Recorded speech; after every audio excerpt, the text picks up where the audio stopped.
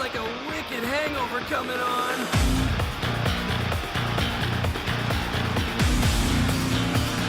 Look out below!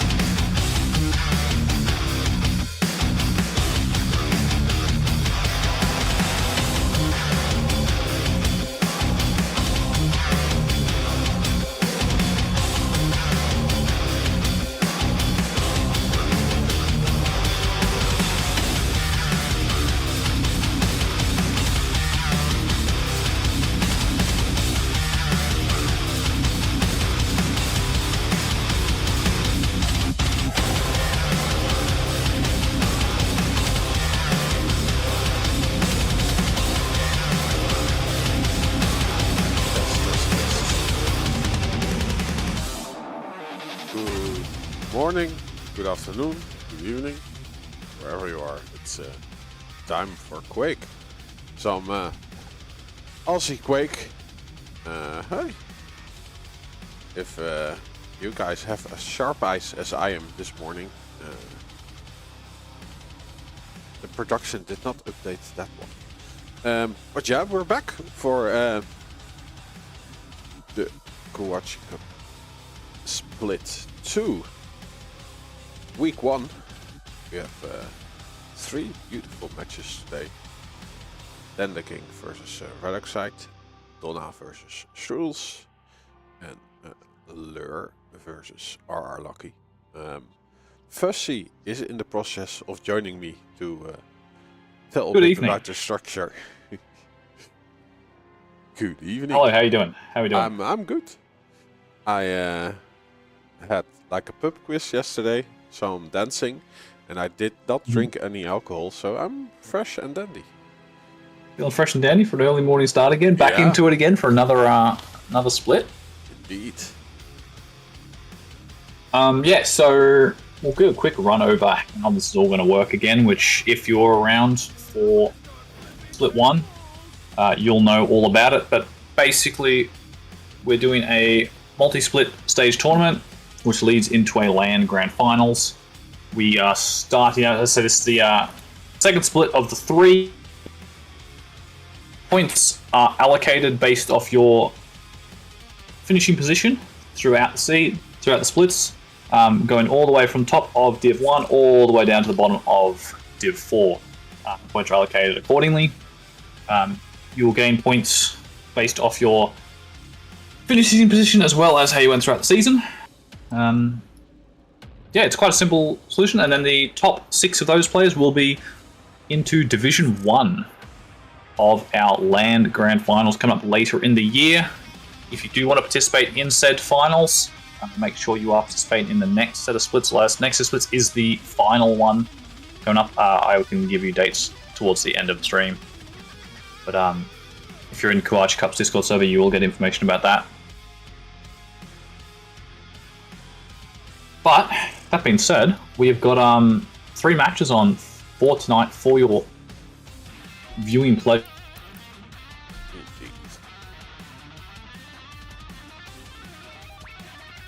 I've definitely come into this very well prepared. So we are starting out. Yeah, we're starting out with Donna versus Relicsite, and they played during the finals against each other. And Relicsite took a map, so we could see an upset today if the cards are right today. So I think, yeah, things have to sort of go into Red's favor for this for him to get. He has to get a good start off. Dan's just the thing with Dan's right. You know, you're not going to tilt him. Red needs to get momentum. Is the way he's going to start this set off. Being a very emotional player, doesn't want to allow him to get into a spot where Dan can sort of get in the lead, start rolling things away. Also, Red, I've just seen, is playing on his phone internet, so that's not ideal. Let's see. Oh, I should sort players. Oh, it's the first time that I start a custom match in the new patch. Like, so many options. I know, it's amazing how much extra stuff there is.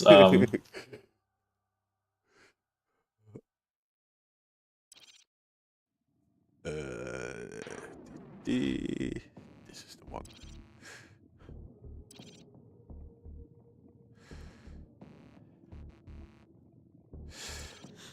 But I think that the vaults are fine. I hope, at least. Right, let's have a quick look. These guys done there. They have done picks and bans. All right. Nice. Starting on Blood Run, or new addition to the map pool for this split. Now, the way the map pool works is purely based off voting for the players. As you can see on the stream right now, the picks and bans are a little bit jank at the moment.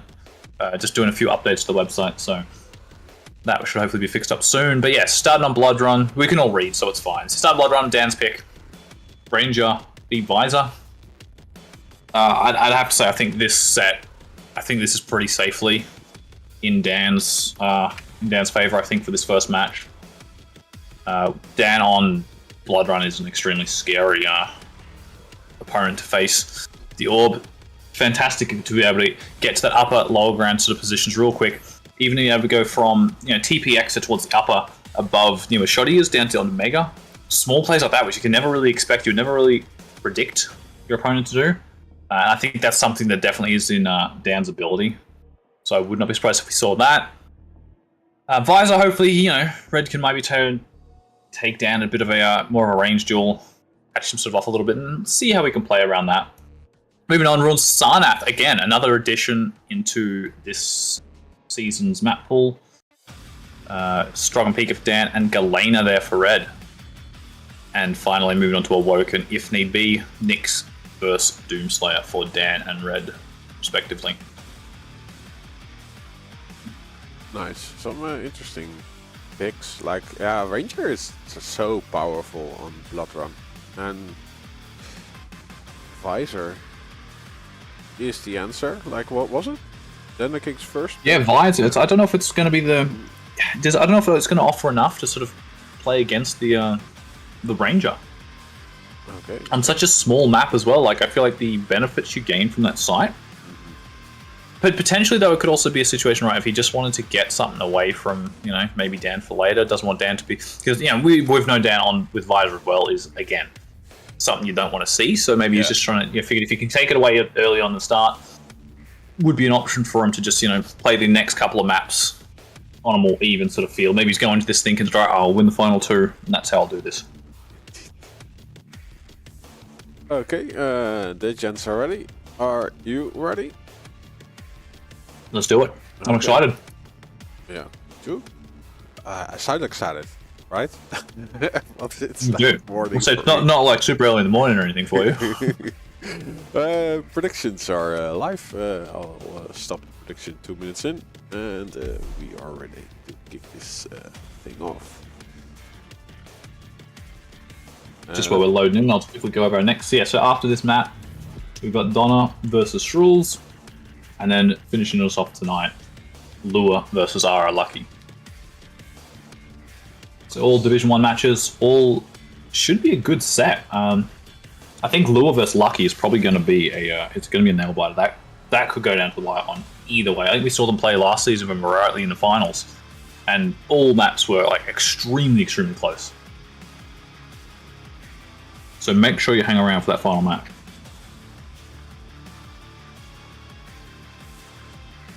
Yeah, let me know in chat how the audio levels are. Sounds good on my end. You never know. Oh, it's on the TV. There's no game sound. Prepare to fight. Oh, there it is. There we go. I'm on the red side to begin with. Alright, launching up and Red. Getting the upper spawn here, heavy, straight on. Both items synced up. And Danny's going to get the weapon advantage, however, off spawn. It's a good spot. You can get Rockets, Rail, and LG all in extremely quick fashion. Red, sitting up the high ground with Rockets. Doesn't like the sound yet. Pick up this shotgun, just playing around quiet, listening out. Got the rough position now of Dan from underneath. And the rocket jump up, Rail ready. Read that perfectly from Dan, and Red immediately falling back again. Dan right now is just protecting these weapons. Doesn't want to allow Red to get down, but he drops down. Falls good rocket initially, but the LG from Dan so strong, followed up by the Rail. Red is crippled. Got to get out of here. Rocket jump, I think, coming out from Dan as well, and Red's still not using the sight. I'm surprised we haven't seen it come out yet. Trap, Orb, and Dan taking the first frag. 1 minute in. Yeah, good read. Red does get reasonable damage off in that, but that Rail makes it hard now for Red. Rocket's coming in. Good shot, actually. Red Oxide might be enough for him to win some of these items here. If he's quick, he can get this heavy. He's probably going to drop straight down. He's going to have timing on this. And, the missed Rail, those cost him. Huge. He gets... Oh, there we go. Rail's traded. All right, still Red's in a good spot. Dan, critically in need of armor. I do like his aggressive move to just try to block off the Mega Health. And yeah, Redux side, I think he expected that then the king was further away. Dan, he's just sitting there waiting. He's just waiting for this armor to come back up, right? It's the only other bit of armor that's going to be here. Red's got heavy. It's going to be his again. Again, we're going to see a play coming in here towards Mega. Trying to get the damage off. Again, a great rail coming out from Red. Red is just peppering damage in on Dan. Dan's not allowed to get away from this spot. The problem is that Dan needs, you know, he's taking damage, right? He's getting pushed, falls back. But if Red can't get these kills, another good rail from Red. Look at this, Dan. Still no armor whatsoever. Gets the upper shot here by Nail. And this time finally gets an unreturned rail. Putting stacks back down to even. Dan pushing out aggressively. Orbing in as well. Red gets the item, but the rail's exchanged. Dan is more stacked. He will survive, and lucky for Dan, Red. Yeah. No rail ammo. The timing was off just by 2 seconds, and then the king benefited from that. That's the thing, right? If you've got the item timing down to the second, you can make plays like that, right? Red was sitting there waiting for it. And he was only waiting for about 3 seconds or so. It's not like he was waiting for ages. Because Dan knew the exact time the orb came in. Good rail going through the TP. Red crippled again. And now we see a reverse of what we were just at. Due to the item sync, this should be Red's item, but Red actually overextends out with no armor. The LG melts him, and Dan, securing both items, does evening as well. Get a little bit of a split there, so he's going to have enough time to drop down from heavy to grab the Mega. Rocket jump not going up as high as he'd like. Good rail now, Dan playing quiet. He's just going to catch Red out here. Beautiful direct rocket, and Red just falls onto it. Graciously takes both shots. And Dan going up, 4 frags. And this is the thing I was just saying, right? Look at that. He's got just enough time. This map, you only need a few seconds to drop down from one item to the other. And that's exactly what he's doing. Beautiful rail. Dan is just not missing these shots right now. And this is where it gets hard for Red.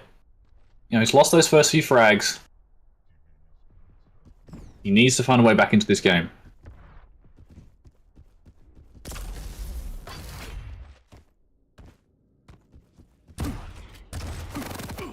Dan go with a rock jump. Red ready for it this time. That's good LG, and oh, there we go. Nice fadeaway shot from Red. The LG tickle was enough to get him railable. And a nice swap out as well. Can he chain this? Dan, oh, beautiful read. Takes a nice shot. Keeping Red stack at bay. Both players about even here. But Red's going to be the one with the weapon advantage. He knows this. Dan won't have LG. After securing that 50 shot there, both players even. Dan missing rail. 2 rails missed, and Red. Beautiful LG. And the best part for him here, he's come out of this without taking any damage whatsoever. Good rail on Dan for the TP. He's going to be able to get this heavy as well. Great fast play to try and get pressure on Dan here. He knows that Dan's really low, and that was a beautiful direct rocket. Dan, he's on 1 HP. Red, he's just desperate to find this play now. He knows how low he's going to be. Rocket jump up. Beautiful. Love it. This should be a kill here for... I don't want to jinx it, but there we go. Kill in the end for Red. I was worried he might whiff that little bit. Side even comes out as well. He's got to be careful. This machine gun can do damage. The machine gun, quite effective. And he's... And Dan's got LG as well, so he can't push into that spot. And yeah, Red knows it. He's going to fall back. He's going to respect Dan's aim. And look at that. Within a couple of minutes, Red's brought this back to a 1 frag game. Opts to jump up. Dan not getting a huge amount of damage from the bottom. It's lucky for Red he gets away actually there without taking anywhere near as much damage. He wants to go get a few LG cells. Dan's heading over towards rockets. He actually hasn't grabbed the LG, I think. Oh, yep, Dan sees him. Oh, interesting. And he also left the light up. Yeah, like he's probably keeping it as a backup item.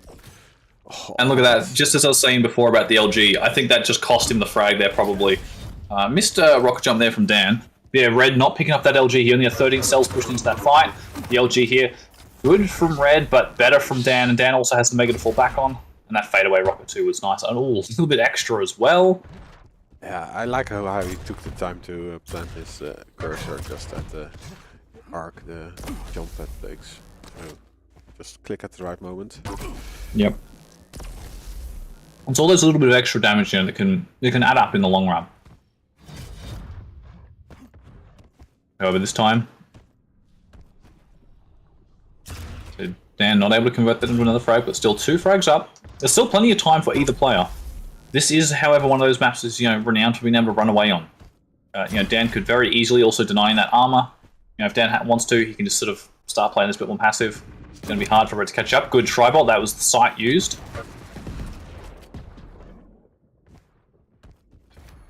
And Red just backing off again. He's going to hear the picking up of that item, so he's got time for the heavy at least. He knows that Mega's not long after. But at least now he's got both items roughly on sync. But look at this. Great play from Dan, but he actually misses the shot, orbing straight in. Red does get the first rail. And dropping down on him still. Both players a little bit confused of where each other were. But Dan again. Denying that armor shard. Making sure Red doesn't get a chance to get any stack up. Great Tri-Bolt.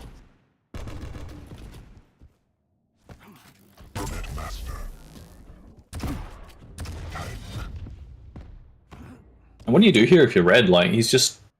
I think he spent more time just stacking up on the corners of the map than he has doing anything else. Yeah, there was a time that Donna King was in that situation, but still, Donna King, even if he was a little bit passive, he still did the aggressive moves. And now well, so it's interesting actually, the different way these both players have played have been on that sort of because Dan was quite happy, right, to sit over by rockets and sort of wait. Another nice kill from him. But Dan was very happy to sit over by rockets and wait for that armor shot. He stayed there for probably about a minute and a half, almost like 3 cycles of that item.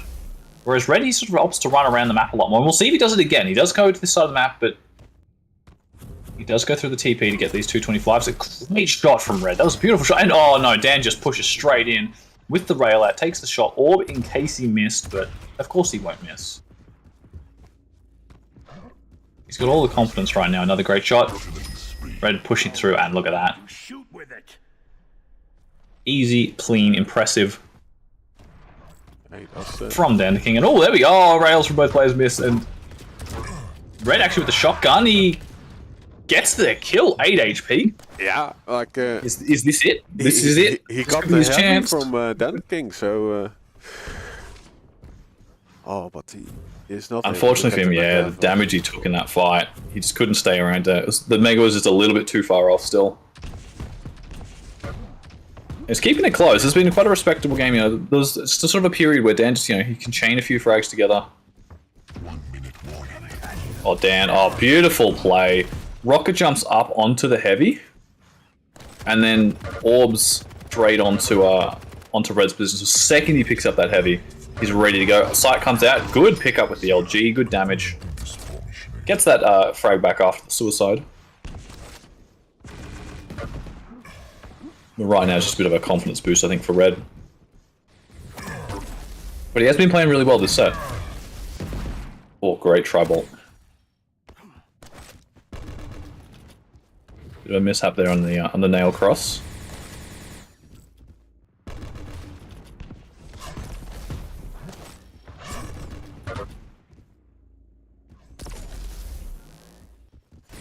I think if this is how if this is what we're gonna see for the next set, next map, I'm excited to watch this next one as well. There we go, Red getting some more damage off. Nice kill. Going in to try and get the spawn frag, but Dan didn't spawn there. Other side of the map. And 10-5 for our first.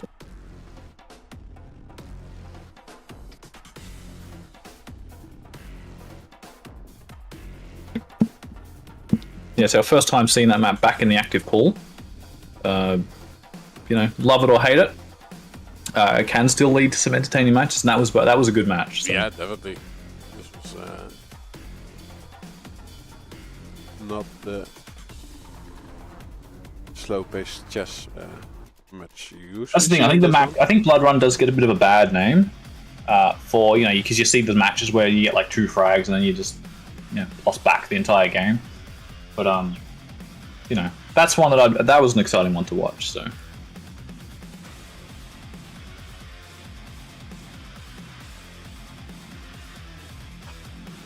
Runes of Sarnath. We have Dan the King on Stroke and Peaker, and Red Oxide on Helena.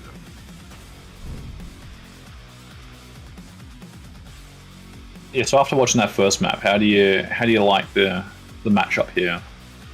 This is coming into Red's map pick as well now. Yeah, I do think Dan the King has again the movement advantage. But you can do some tricky things, Elena and Sarnath. I think, yeah, Red's going to have to sort of make some sort of a setup play sort of thing. You know, it's a big map, right? So there's plenty of spots for him to get these totems around. Whether or not the speed that Dan's going to bring will be enough to, you know, sort of throw something off here will be interesting to see.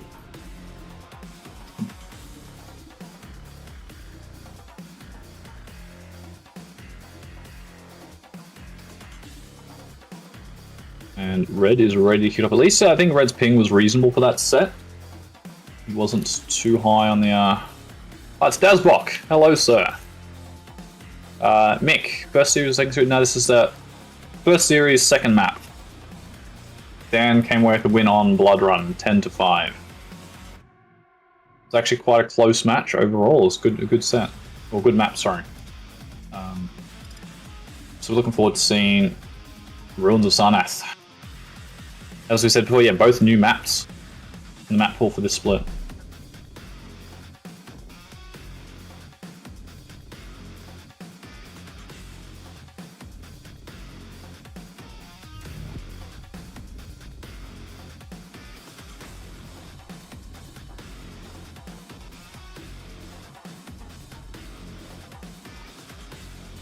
And predictions have gone up live again.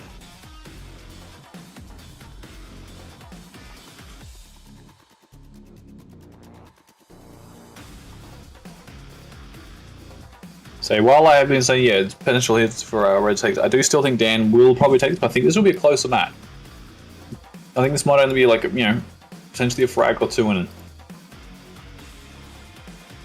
Yeah. Well, I wouldn't be awful to also go to Awoken, so I'm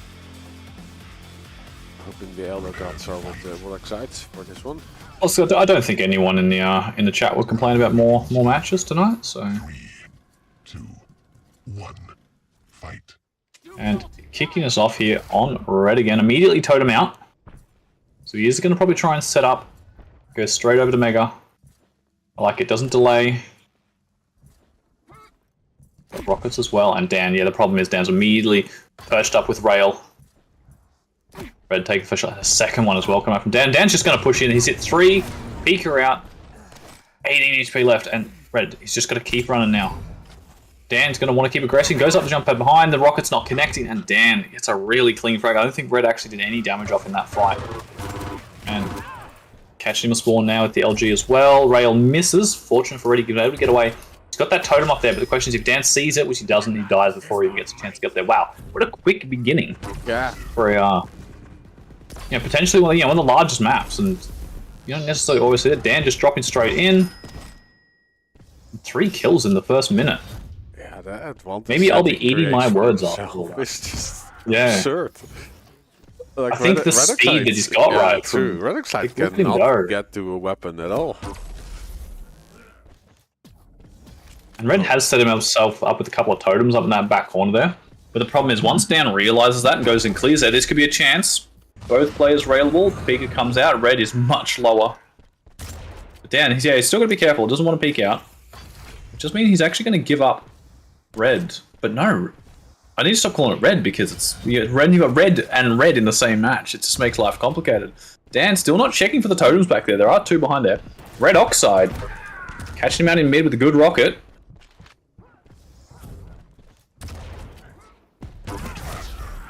Turn rails from both players, and there we go, Red Oxide. Getting himself on the scoreboard. The 2 totems there as well means he's got plenty of health stack up, and the 3rd one's coming up in just a moment. So he's going to have a good chunky overstack available to him now. This is the question of whether or not Dan realizes missed shot. He needs to make sure he gets this heavy. LG from Dan is good. Rocket's bouncing down around. Beautiful. 14 HP remaining, however. He does not want to get into a fight. If he gets over towards his 2 totems, it's immediately where he's going. Both will be available for stack and straight up to 114, just over the overstack. No armor. Then the king did get the mega health, and is he shop early? No, he's shopping for weapons. Dan has caught the totem in the back stairwell by a heavy. And unfortunately, Red not able to contest that. And with Mega still in a few seconds away, he's going to really have to catch him out here. Railgun, probably not the weapon of choice. And Red Oxide going down. Well, getting caught out here. Shoddy out, though. Good weapon choice. Doing decent damage, but... Here we go. And I think Dan, yeah, he's going to catch on. Finally clears away those 2 totems. Red, back down to nothing. High tech. Rail as well. It would be frustrating to play against like a railer like this, but he does play it in a way that he never really gets punished for using the railgun, so he's quite aware of when to use it. I think that's the strength, of some of these sort of, top players, right? Is you see the players who've got really good aim, who might sort of overuse their rail a bit too much, and they'll get caught out in situations where they shouldn't have rail. They might be close to a corner and miss that shot, and their opponent can just push straight in. But yeah, players like Dan, doesn't get caught out in those sort of situations. Because if you don't miss the rails, well, I guess it doesn't matter too much. But yeah, play around he plays around those audio cues, plays around just the knowledge of the opponent, the map knowledge as well, to peak these angles in ways where their opponent is unlikely to be close. And again, the drive-by here, right? Keeping himself as far away as possible. So in case Red decides to push in, nothing he can do. Good rails return from Red, but Red's got to get out of here now. Cannot fight this, but there we go, another one. Pika comes out, and I don't mind Red's play there trying to get up on the angle, but Dan, it's a little bit far back, so couldn't get the rail angle from beneath. Gonna catch that totem there. Won't see the second one. Beautiful rail. Red Oxide's just going to sort of push in with machine gun. Nothing else really to his name. Up on the high ground, is able to steal away Mega Health. Good rail, and yeah, Red's opted to just push straight in and... With the shotgun rail? Why do you need anything else, just... Yeah, but you need to hit your shotgun. Oh, there we go. There we go, yes. Look at its rail percentage to both these players. Dan's on 68% and Red's on 65%. Both these guys are just hitting shot after shot, and we're literally just seeing a shotgun rail battle. That's all it is. It's just pushing straight in, rail, and another rail to come out from Dan. 5-minute warning. And that's the thing, right? When your aim is just on like this, just why would you want to stop, right? Like, you're just feeling it. Up to 70%, right? 70% of 31 rails shot, like 22 hits, make that 23. Ooh. Uncharacteristic miss, but then here we go. That's the situation, right? You miss your shot, they've got LG out. Good damage from Red, but the good ability is to be able to fall back there from Dan, get the peeker out. Nice shot from Red as Dan takes heavy. Does keep his stack somewhat at bay.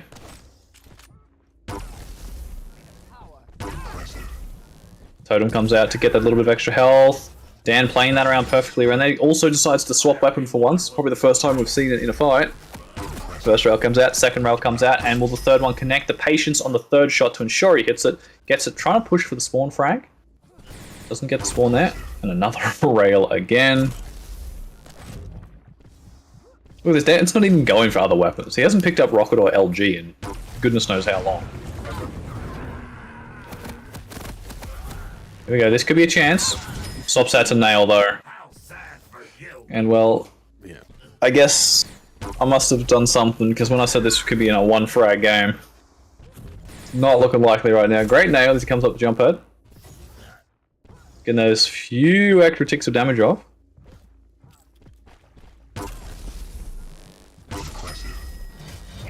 And what can I say, right? It's just rail after rail after rail. Gauntlet even comes out there. Yeah, and there were situations where then the game was just using in the end up close rail, and Red Oxide had the LG, so you would think like I would win this, but it just makes it very difficult, like dancing around the map. I think the movement that Dan's got on the stroke here as well, plus being able to fall back onto the like he had LG there, right? Like you can just go to your LG and hit him with 3 cells and he's dead, but nah, railgun. But yeah, it's just he's just in this the zone, right? You don't miss when you're in this zone. Uncharacteristic LG and almost dies because of it. Maybe you should have had railgun out. The good rockets from Red, but damage just too stacked. Damage was good. For the first time in probably about 4 minutes, we do see Dan with all 3 weapons. Dropping down, LG out. Red gets the first rail, gets the second rail as well. If he can actually hit this third one, oh, he must have been moments off getting that next shot. This is where the item, and there we go. LG from red off spawn. 24-4 right now. 2 minutes in. Sorry, 2 minutes to go. If it was 2 minutes in, that would be impressive. And this is too where Dan's gonna. He's got the speed advantage, right? He can just keep running back. Red's just gonna try and push in. There we go. Gets that extra frag. Totem up, ready to go. Pushing in on the major and runs out of ammo though. It's just the rail and the pressure coming in from Nails. The panicking coming out from Red. The shot's not connecting.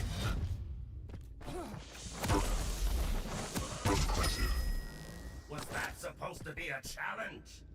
And 2 more shots from Dan. What's he at now? 64 rails fired. 43 have connected.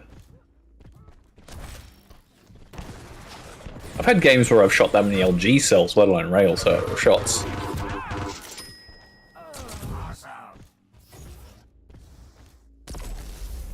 Anyway, that's the end of this set, I'm afraid. This will be going in the way of Dan.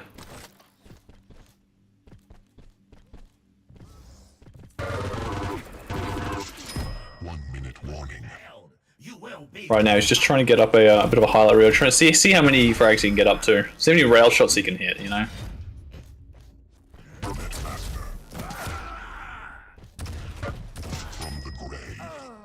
Battle will be ours.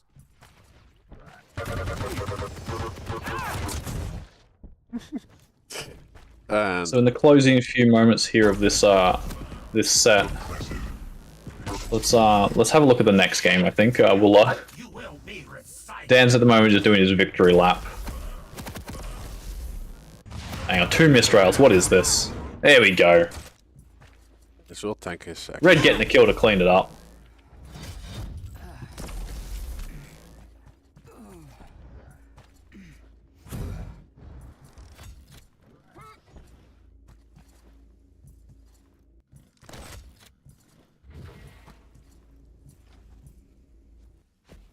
There we go. And that is a GG.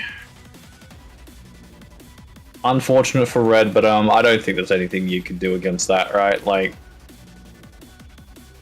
it was just such a dominant showing from Dan there. He just didn't make a mistake pretty much the entire game. And even in situations where you think, like, that's not necessarily the best play, if you hit the shots to back it up, well then, it doesn't matter, right? Like, if you can hit 3 rails in close range, it's got the damage output. So yeah, unfortunately for Red, that will be the set. 2-0 to Dan. What a way to open things, hey? Yeah. You can say that again. You can say that again. Yeah, first set was a close, 3 frags in it in the end. But going to Dan's favor in the end. But Red had a really good sort of push there in the middle of the map where he brought it back to 1 frag game, and it could have gone either way in numerous fights. But we just find that Dan was able to bring it out in the end, and then bringing that confidence over definitely into the second half, leaving pretty much no room whatsoever for Red to get a footing in. The Galena pretty much didn't make anything work for him. Totems got up at the start, but pretty much as soon as Dan cleared him out once, he had full map control. It meant that Red just didn't get a chance to get those 3 back up. Oh, are there rumors of a new Quake? Are there rumors of a new Quake? There are always rumors of a new Quake. But I think there was rumors last QuakeCon that there's going to be one. The QuakeCon before that, I think. So there's rumors every week of a new Quake. New job listing go up. It did. Oh, new Quake. Yeah, but I think it will be a year of the Doom again. That seems to be where the money's at the moment. I'll just keep doing it. They'll do an RTX version of each Quake. So we'll eventually get to Quake Champions RTX, and then we'll have this. That's what we will be at again. Just do a full cycle. We'll have Quake Live RTX maybe now. We've got to get through Quake 3 and Quake 4 first. Skip those. Bugger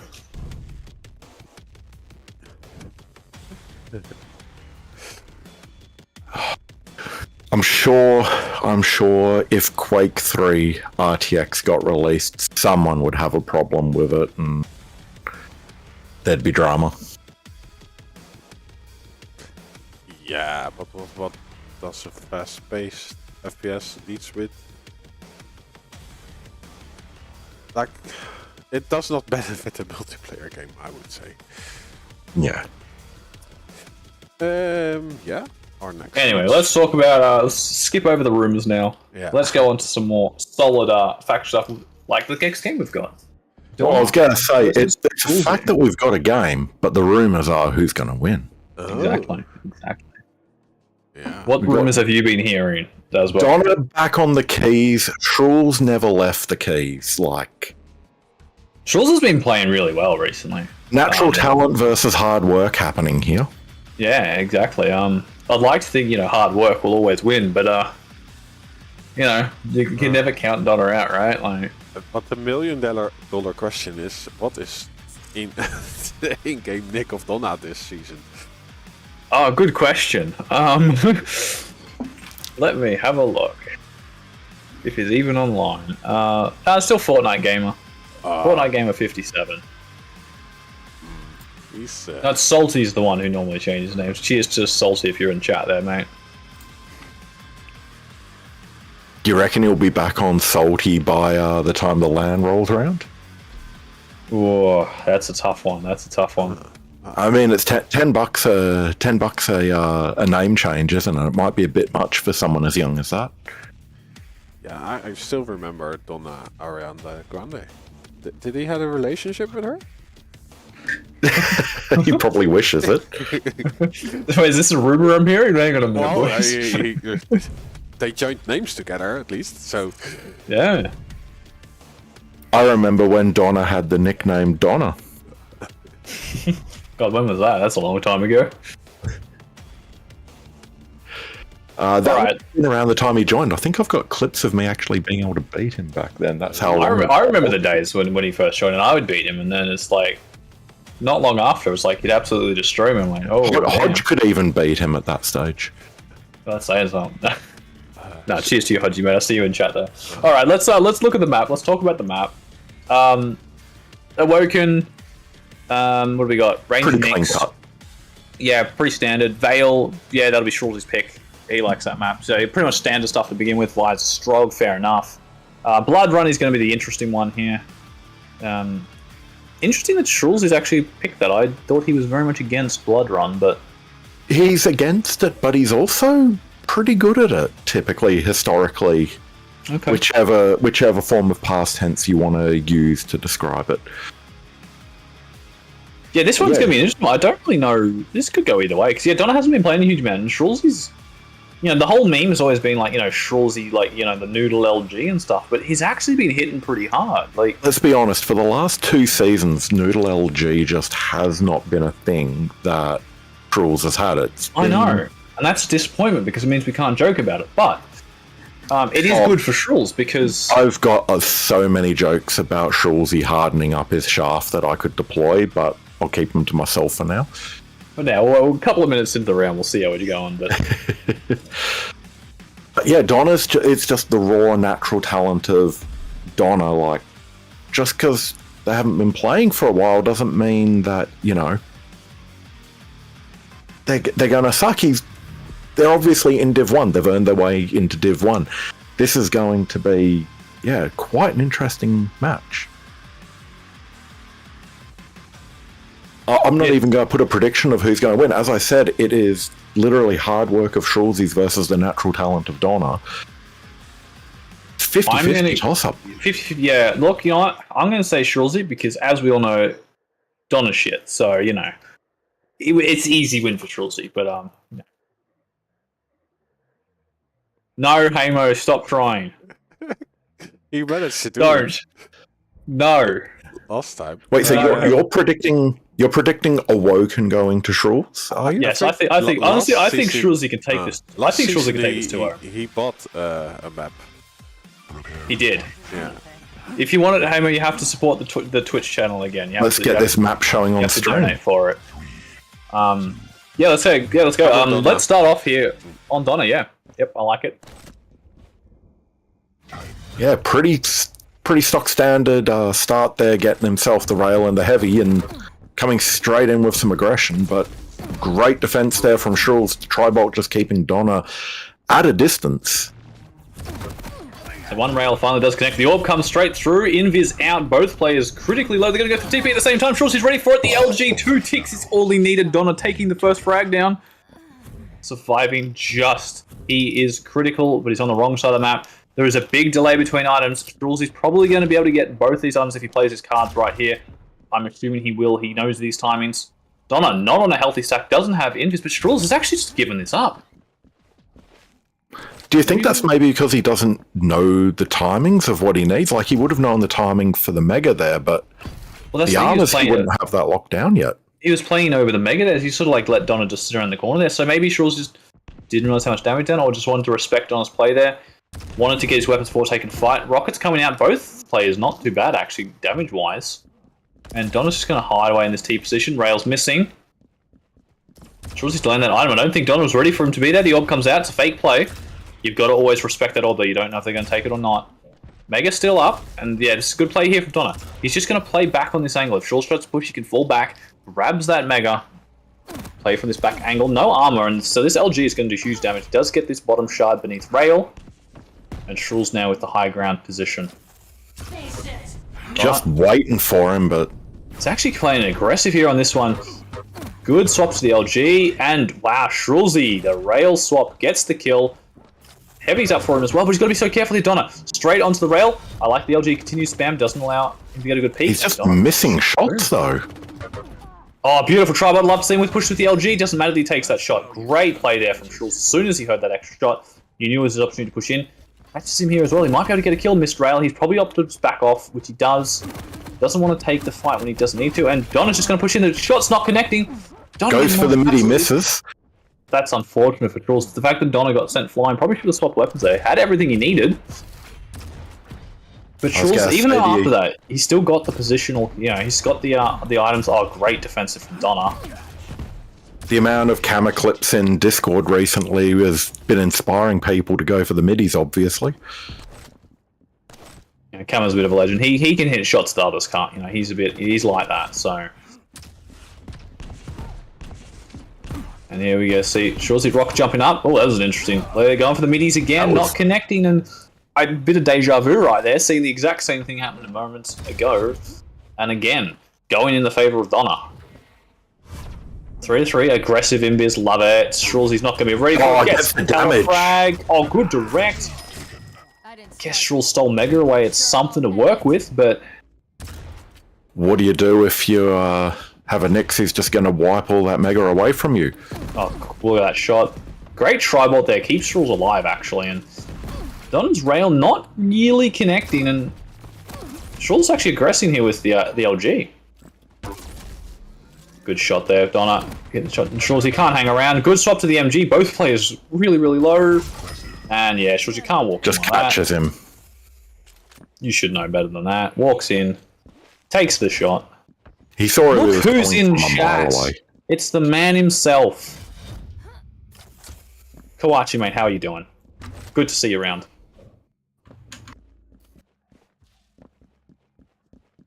Scholls is right now playing a quiet game in T. Both these items are pretty close to sync. Yeah, he's just listening out for where Donna is. I don't think Donna knows where his walk key is at the moment. He doesn't need a walk. He's oh, another aggressive invis coming up. Alright, he's heard the jump. He's not going to be able to make it in time.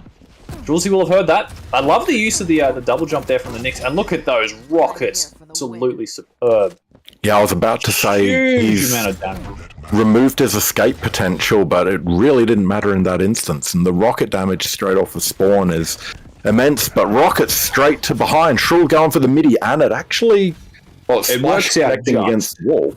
He's on 6 HP. He does need to be careful. Does get a good chunk of stack, but he's still not in a situation where he wants to take a fight, right? He wants to go get this armor. This armor, if he gets this, actually, this will be huge, right?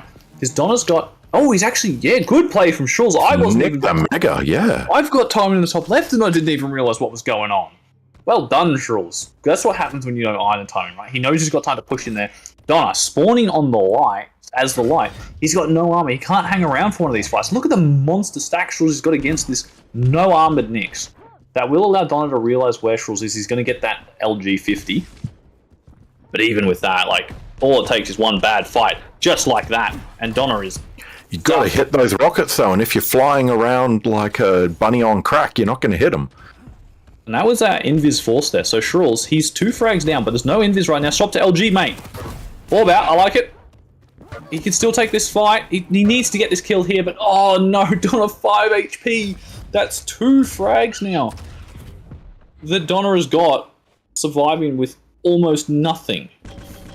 That was a bit of a whiff, I think, by Scholls. I think he should have been able to get that kill, but yeah, he should have gotten machine gun. Good machine gun. It forces Donna off. It means he'll get Mega again. The thing is, right, Scholls right now was is... that a missed jump by Scholls there, or...? I kind of think he was just maybe hoping Donna missed, because if Donna misses that rail, then I guess Scholls gets that kill, but right now, you know, Donna had a bit of a rough start, and maybe Scholls is sort of banking off that, but, you know, Donna's picking up his game. He's starting to hit the shots. You know, Scholls is doing 1 out of 10 for rails right now, so he hasn't been hitting his shots. We won't look at his LG statistics after praising his improvement before. Maybe we shouldn't have said anything until after the match, because, yeah, it is the Scholls of old right now, but, again, the smart play, you know, he's playing around the items well. And right now, great rockets, and yes, good machine gun switch. Beautiful kill there from Scholls. Even goes up to get this armor 4 going towards heavy, but that could cost him big, and Donna hitting 2 rails. Yeah, Scholls is just backing off, and yeah. Easy Start of the game, just with the sheer pace from the start of the game, I think it benefited Scholls a little bit, as Donna was still getting his eye in. Whereas now that things have slowed down, the pace of the game has eased off a little bit. You come looking for a As I say that, though, there's 2 frags. 1 rocket left for Scholls is one thing he's going to have to be careful of. Still not on a great stack. He's also taking these these time shards, which is good to see, because it means that the Nyx is going to have a harder time getting Invis back. Because we're getting to the point of the game now where the Invis could make a big difference. we're also at the point of the game where the 2 frag difference is going to make more of a difference. Normally 2 frags is but a moment, but now it can be. Well, there is only, you know, between coming back and not. Exactly. We've only got 2.5 minutes to go. And that can just, you know, flick of a finger, 1 frag, and bam, you're either back into it or you've just lost the whole game. So especially against a Nyx. And then, yeah, we're probably going to see like Donna right now, right? He hasn't moved an inch barely for the last like 30 seconds. And I think that's probably what we're going to see now from Donna, is a much slower game. He's got the rail advantage. Scholls doesn't have a railgun. Rocket jumps up. That just means Donna is going to know the exact position where he is. You're going to get a free heavy. And there's 30 seconds gone and nothing's happened. That heavy is crucial for Donna, as it's upping the survivability of a Nyx player by quite a lot. Those rockets just hitting. You better be ready. Scholls is able to get the work done. Minute and a half left. One frag in it. Beautiful rail. This is good from Scholls. He needs to now keep this pressure on though. He doesn't want to let Donna get this invis back. He needs to get this frag before, I think, before the next 30 seconds. And Donna, what was that? I don't know what Donna was thinking there. Just jumps in with not much stack and tied us up 9-9. Minute 15 left on the clock. That's good to see again. Anyone's game. This could be it though. Shotgun out, I like the weapon choice. Comes to the TP, takes a huge amount of damage, but he does get the frag. Sure, he's plays this a bit of a defensive game here. Doesn't want to go in close. Oh, look at that. Donna just walks into numerous directions, I think. Unless there we are with our 2 frag swing.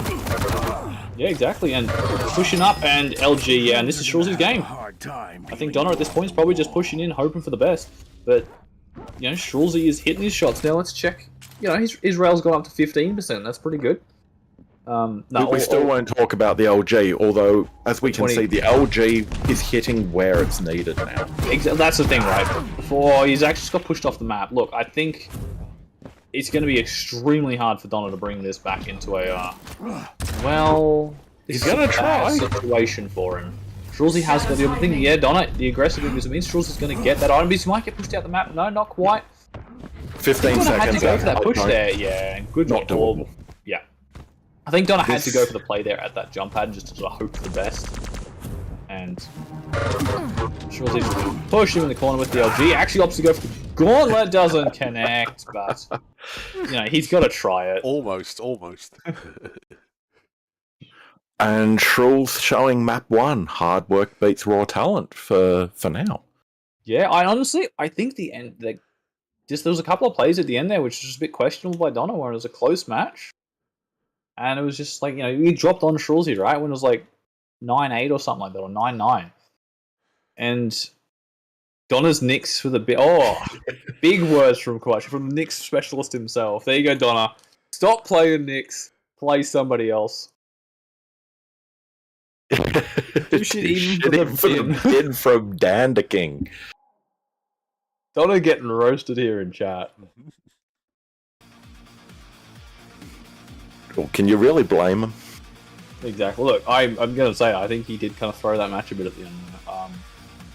Yeah, just trying to make something happen. Like, there wasn't much time left on the clock. You just lost your 2 frag lead and you needed to make something happen. Of course you're going to throw shit at the wall and see what sticks. No, but even before that, he would, you know, it was like an even-tied match, and it's just like a couple of situations just like pushing into questionable fights where it didn't really need to be taken at that time. And whether or not it was just banking on Scholls missing shit, or just overconfidence, or just a little bit of a brain fart, or what it was, I don't know, but... Dan's calling a Scholls 2-0 here. Well, after that first match, like, I would have said the first one I know I said Scholls, but like, I'll be honest, I was kind of expecting Donna to take it. But I think on Vale, like, definitely, I'm looking at Scholls, right? Like, he loves this map. I mean, yeah, it's his pick. And he's been consistent on it over the previous KDC season. Like, no reason why he shouldn't be going into Vale with a boatload of confidence, especially after that showing. Exactly. Mind you, Scholls does put up a good point here in chat. There's no rocket or bullshit this map, so you know there was a few times where Scholls did get some nice orb rocket or orb shoddy damage. So yeah, but still, Strog able to move around Vale nice and fast. Like, yeah, Visor's nice for being able to see where your opponent's going to be sticking their head out from, but with such a small map, you're going to know where they are pretty much at all time. Yeah, I don't think the advantage he's going to get from that is going to offer a huge amount. Because I mean, watch us eat our words. We're going to see an amazing play with it, I'm sure, but look, I don't think having sight is always, you know, who doesn't want wall hacks occasionally every like 30 seconds, just a free 5 seconds of wall hacks, you know, it's always nice, but it's the question of can he get enough value from it to counteract the stroke. Because the thing is also, it means he can just, like, you know, spam it out, pick up all the time shards. A lot of time shards at this map. And I guess the other question is Donna now tilted and calling this a stupid game and not wanting to play it anymore after one map? Well, let's load in. Let's see what's going to happen. What happened to the pretty maps and the character? The website's getting some updates happening, so that'll be getting fixed up soon. That's just the placeholder. I don't even want to know what that's meant to be a picture of. Prepare to fight. Is that how Mike sees himself? Round begins. Yeah, let's go with that. Yeah. I think he's a pretty attractive looking man. Who are we starting with? Starting here on the Scholls, I think. So let's see what the Strog's got for us. And straight away with the heavy no weapons. well, this is not a standard start on Van. That's actually a suicide coming out from Donna there as well. I don't know how that happened. I thought that was a clean frag from him, but I guess the Pika did enough. I kind of want to watch that back. Can someone clip that? What the fuck happened? Anyway. Rob, you've got the auto replay showing up, the highlighted replay. Just push a button, it shows us the last 30 seconds, right? Sure. Anyway, Somewhere. battle coming out. Which button? Alto 4, I think it is. Anyway, Donna now in the commanding position with the high ground, but Scholls flying across 1 million miles an hour, and he's... What? How did Scholls win that? Speed and aggression. And now Donna's going for speed and aggression. The Gawny comes out from both. Beautiful. Scholls is more powerful. We've seen it at last. He said he wanted it. He's got it a minute into the first map. 2-0 for Scholls. And he got it with Donna, no right? cheese.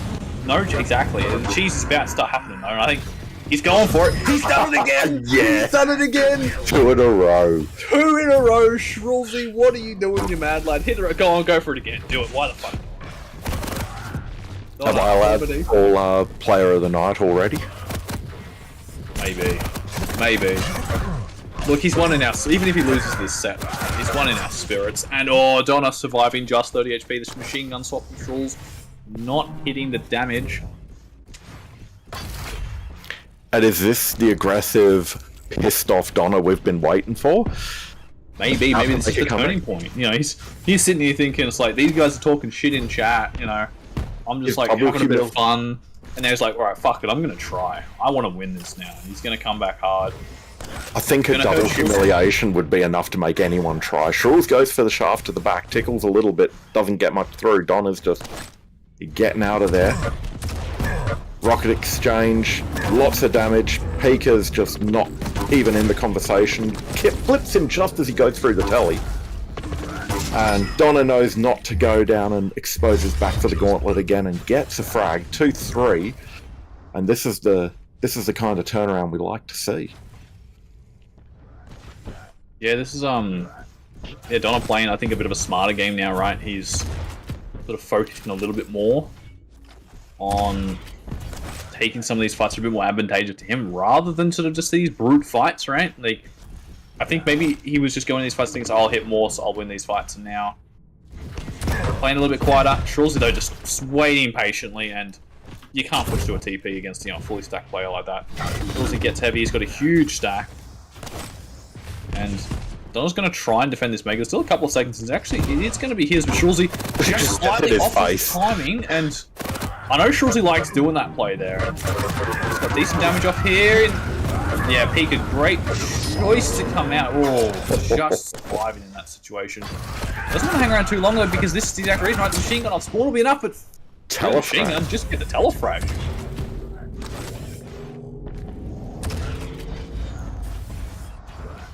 And Scholls just managing to keep that little bit of a lead on Vale. 2 frags up is not much, but if you can maintain it, like Scholls is, well, that's that too. He just jumps up again. Yeah. I think Donna needs to start being more prepared for this, right? Like it's the second time in a row he's being caught off guard by that rocket jump alone, and it's just I think Donna needs to be prepared for Scholls to come from that lower ground in that way. Yeah, the first time, fair enough. The second time, you know, he's going for it. If he had Gauntlet out, he would have been happy lad. Big damage on Donna. It's not just a man-on-man fight for Donna anymore. This is a thinking Scholls who's going into fights higher stack. Scholls a bit hurt, but that Pika direct to the face. And a rail too. Actually hitting rails, yeah. Actually hitting rails, exactly. See, it's a surprise when it happens, but it does sometimes happen, and when it happens... I wasn't saying that as a surprise that Scholls is hitting rails. I'm saying that the rails hitting is helping a lot.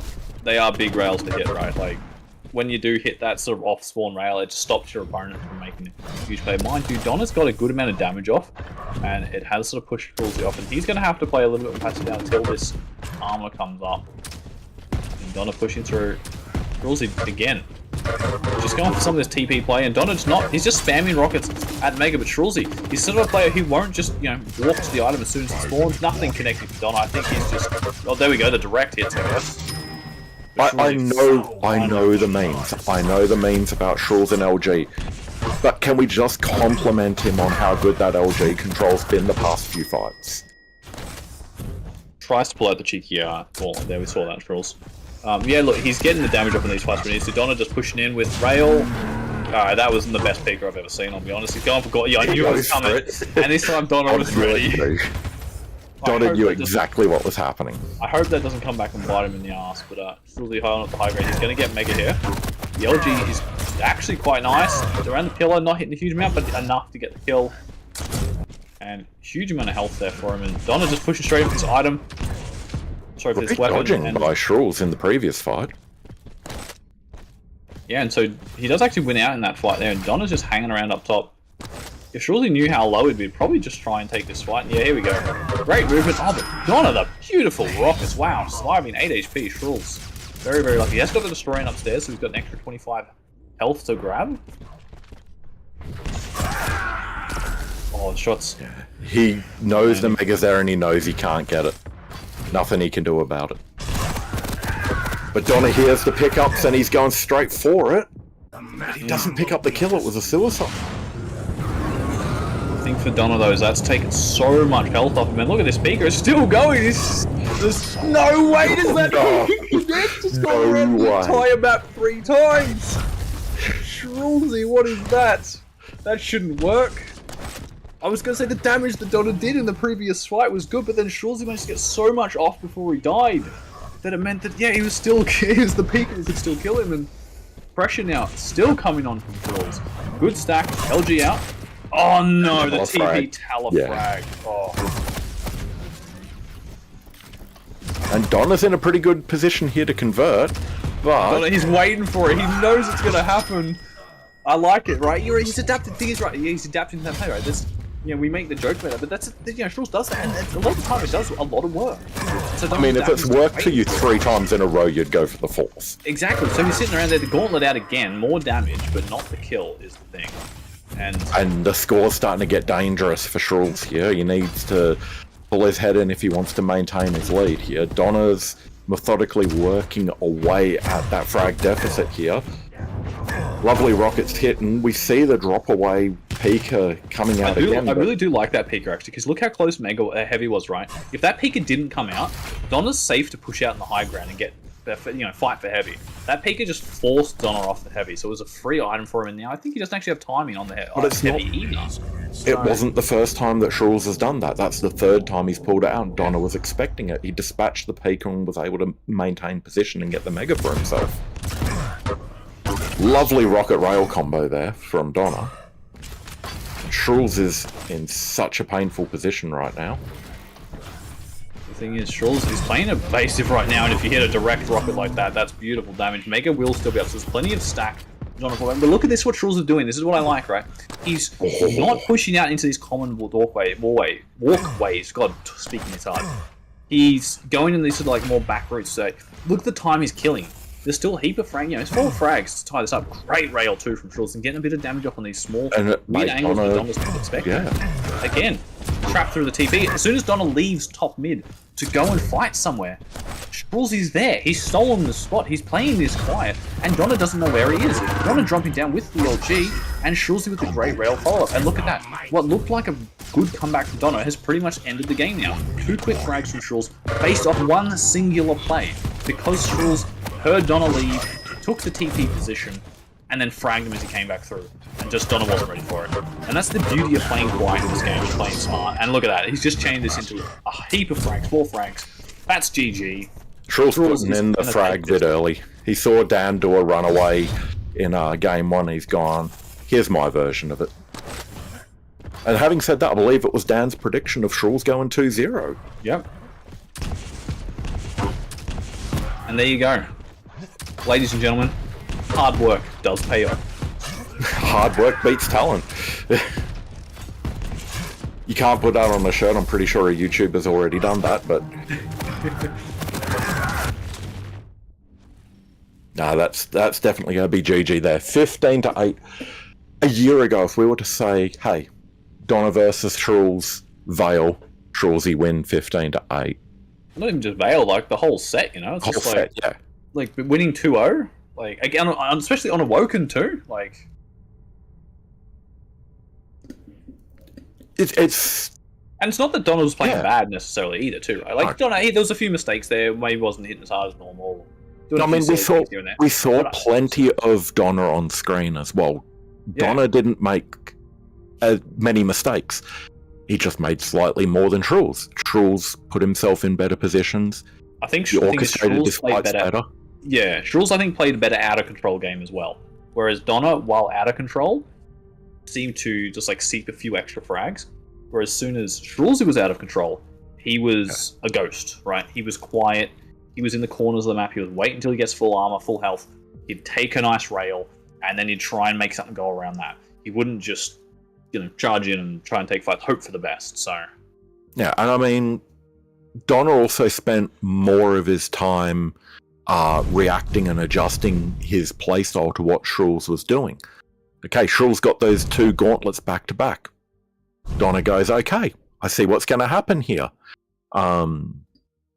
Scholls adjusts, Donna adjusts to that, goes for the frag. No, Scholls isn't going for those gauntlets anymore. He's moved on. Like, it was just that constantly evolving gameplay. Donna's in chat, going to bed. Cost him $100 and he's done.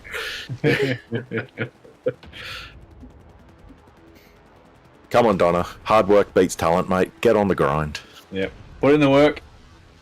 Maybe we'll have a rematch in the finals and we'll see how it goes. Get on the servers, mate. Load up some Kovacs aim training.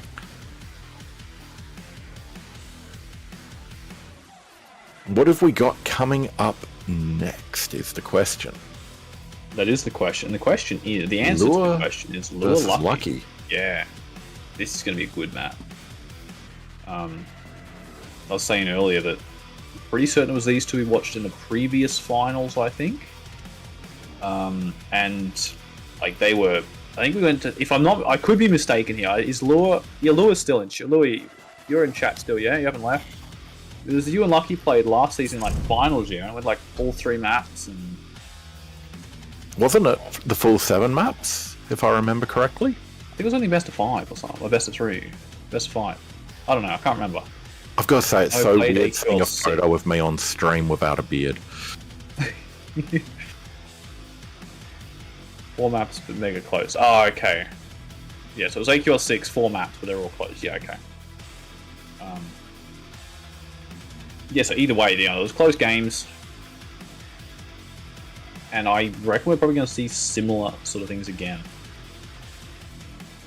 Have these guys done their picks and bans yet? Dander King's looking quite different on stream.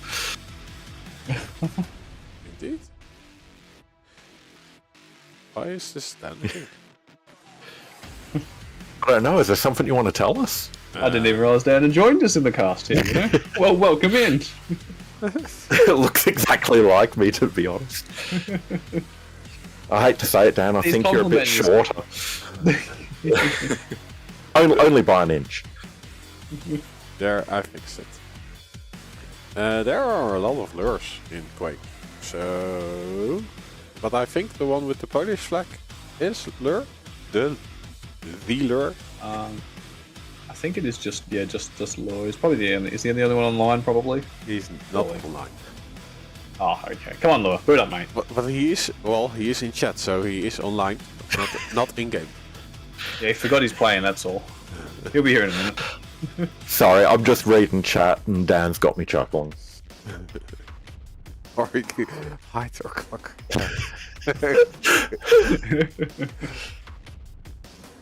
Oh, I remember that nickname. And wasn't there an alternate alias that was the opposite way around as well? Yeah, wasn't there Big Cock, Tiny Nuts, and Tiny Nuts? No, one of them was Stage, one of them was Dan. Yeah. Got to bring it back for land. Please don't. Do it. Wait, is Stejo playing on land? Is he going to? Because if we have a final of used to it, I'm not casting fucking Big Cock, Tiny Nuts, Tiny Cock, Big Nuts. I'll never remember who's like who. The in-game price, I would say. He's too. Oh, good. Yeah, right. That's all. Tell him he's too soft, so he comes along and play. As long as you don't change it. We want to see him at fighting mid-similies. I'm scared. He knows you're going to win. That's all it is. Tell him you reckon Dustbot could kick his ass now. That'll get him out of bed. Oh, you would. You would. Not even question.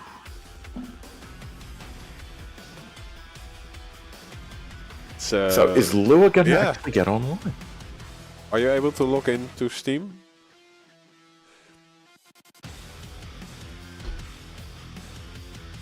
I mean, Lure's disappeared from he's doing Twitch chat. He's doing his You might be booting up. Have they done picks and bans? That's a good sign. It's, you know, have we got something we can talk about, Rob? Exactly. Have we got picks and bans? Can we put our bullshit analysis on something? We get our faces off screen. I don't like looking at myself. I need to send you a picture with a beard. Oh, they're still doing it. Oh, that's wise. That would be wise. So, let's have a look what's going on. Come on, boys. Lucky doesn't have his deep embrace this season, so that's going... Good point. Yeah, that was his specialty. I think it would have been insta-banned anyway, so I don't think it would matter too much. I don't think Lua would be that cowardly about it, to be honest.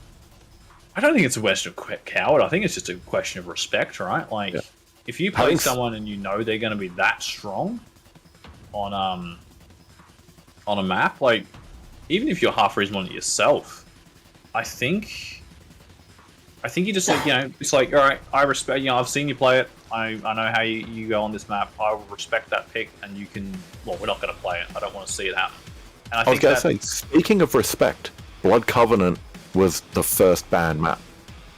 We know that was one of Lua's better maps from the last season, and Lucky taking that away straight away. Blood Covenant on Nyx, yeah. Yeah. Corrupted. Wait, is Quachi still there? Is Lua's Nyx? Is that approved, or is that also in the bin? Lucky just showing our analysis is completely pointless. It had nothing to do with strategy or to Lucky, do with... Can you just say that you banned it because you knew Lua really liked it and make us look smart, please? That would be appreciated.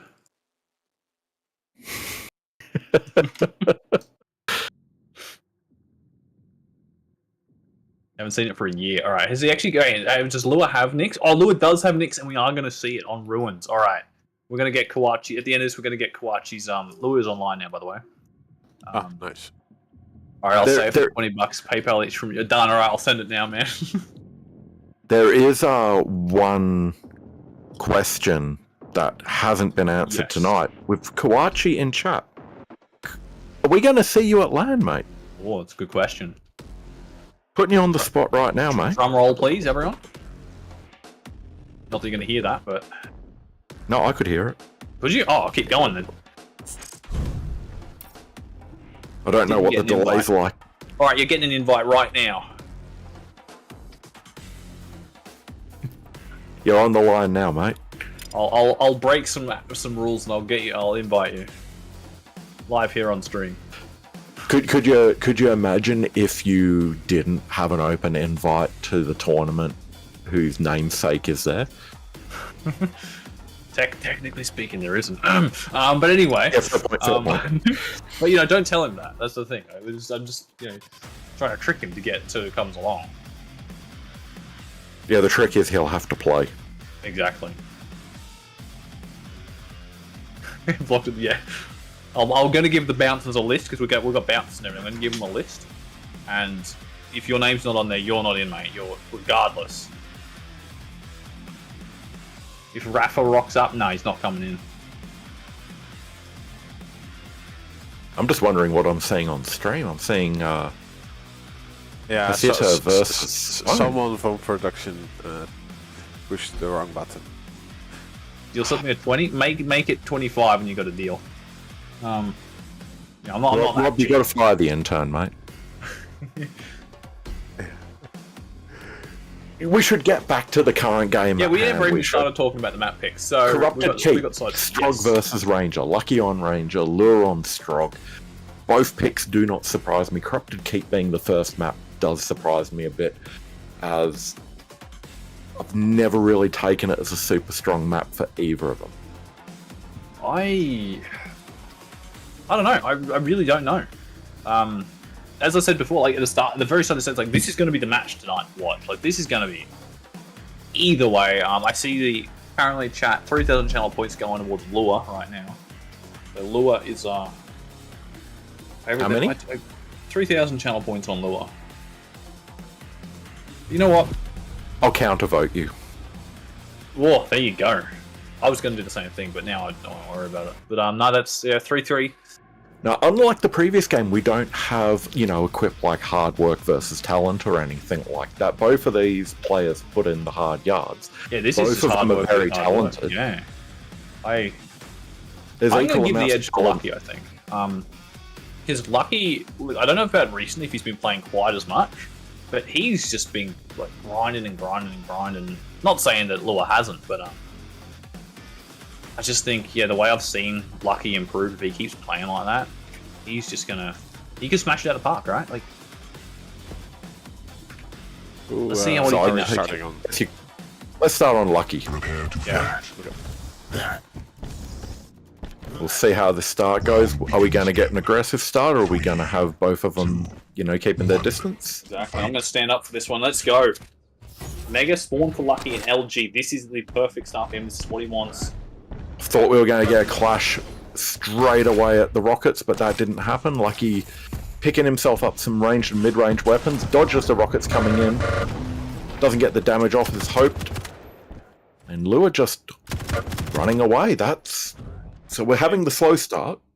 So Lua, that's how he's gonna want to play, right? He's gonna be a bit of a slower, you know, he doesn't want to push in, and that's the thing, right? Lucky, he's playing like this in particular because he got this start, because he got the LG side of the map, means that he can sort of bully a little bit more around this side. He doesn't want himself to he has to put himself in spot where he is behind, but the damage from the LG is phenomenal. Gets the kill.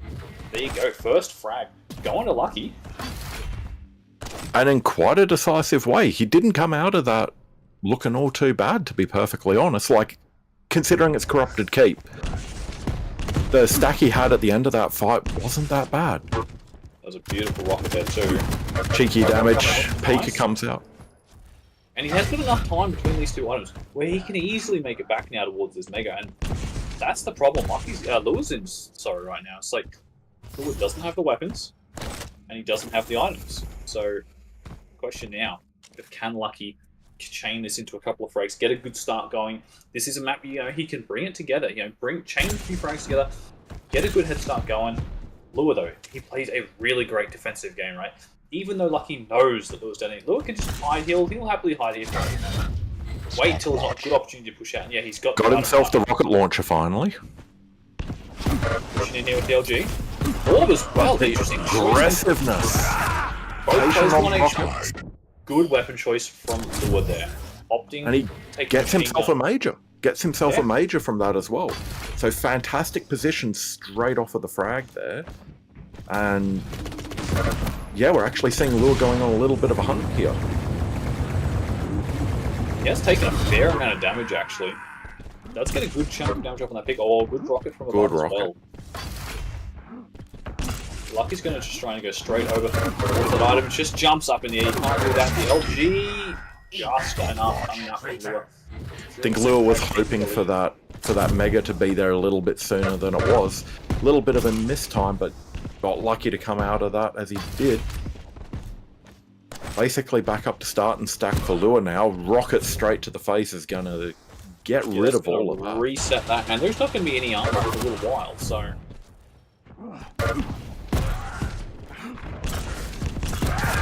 And this is a map where you really need to work on expanding that lead. 1 HP. This is just... The jump over the even Mega gets could the- have been costly. he still goes It down. was. Yeah. Unfortunate for him, but lucky. And Lua, look at this. He's just barreling in. All guns blazing. Doesn't still want to take this place. Not healthy. Lua opts here for rock jump. Misplay there by Lucky. It was a lucky misplay. Going across here. Lucky for Lua. Lucky, not lucky you. for lucky, but the pop-up just- rocket. Just walking with rockets. Yeah, exactly. If you don't miss and you launch them flying. Record that with your phone and put it on the Discord, mate.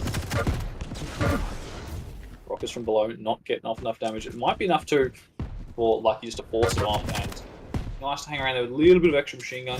Falls back, gets the heavy. There's no armor up for Lucky here, and he's just going to push him with LG. Catches Lua at the good rocket in defense, but does also actually get warp out as well. So doing alright in that spot now. Does not want to drop here. There's going to be a shotgun down here. Lua steals away Mega.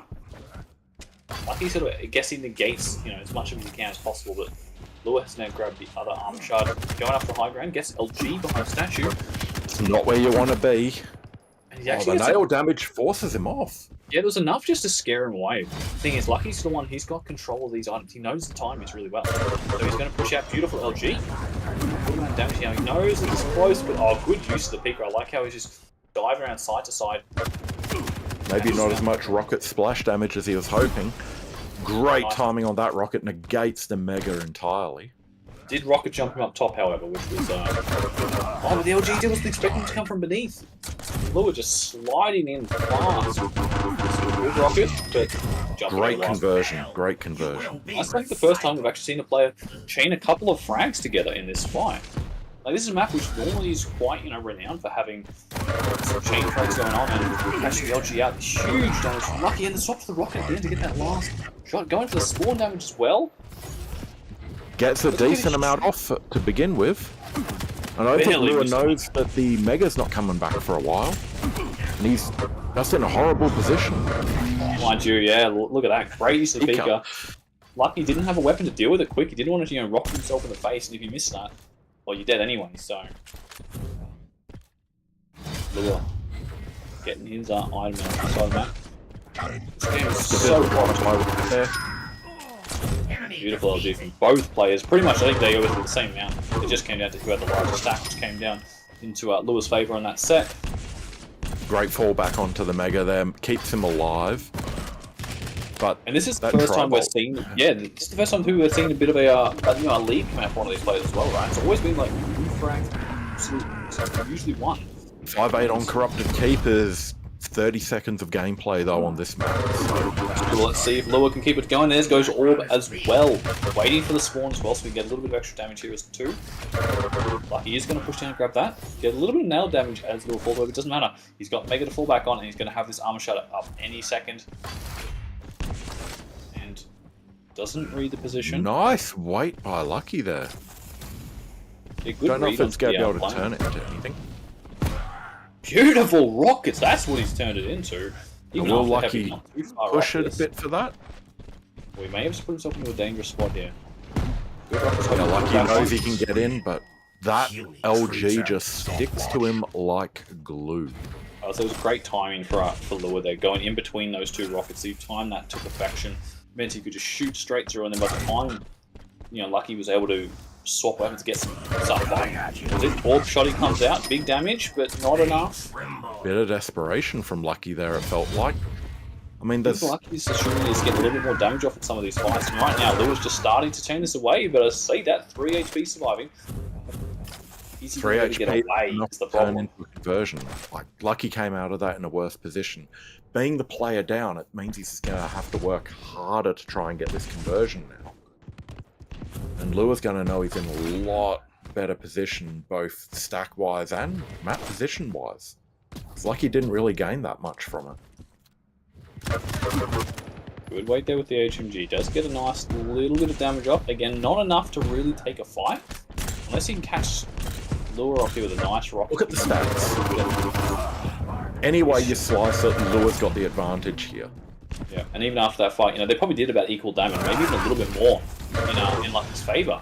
But because Lua just had such a bigger stack, it didn't mean anything in the long run, and forced us to fall back here, try and stack up. Lua, great job of going to the other side of the map. They're cutting off Lucky's route towards that Mega, so that heavy armor. It means that Lucky now is always going to be able to get to.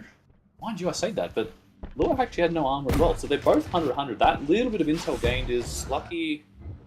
Lucky's still in game? I think Lucky's had a disconnection event.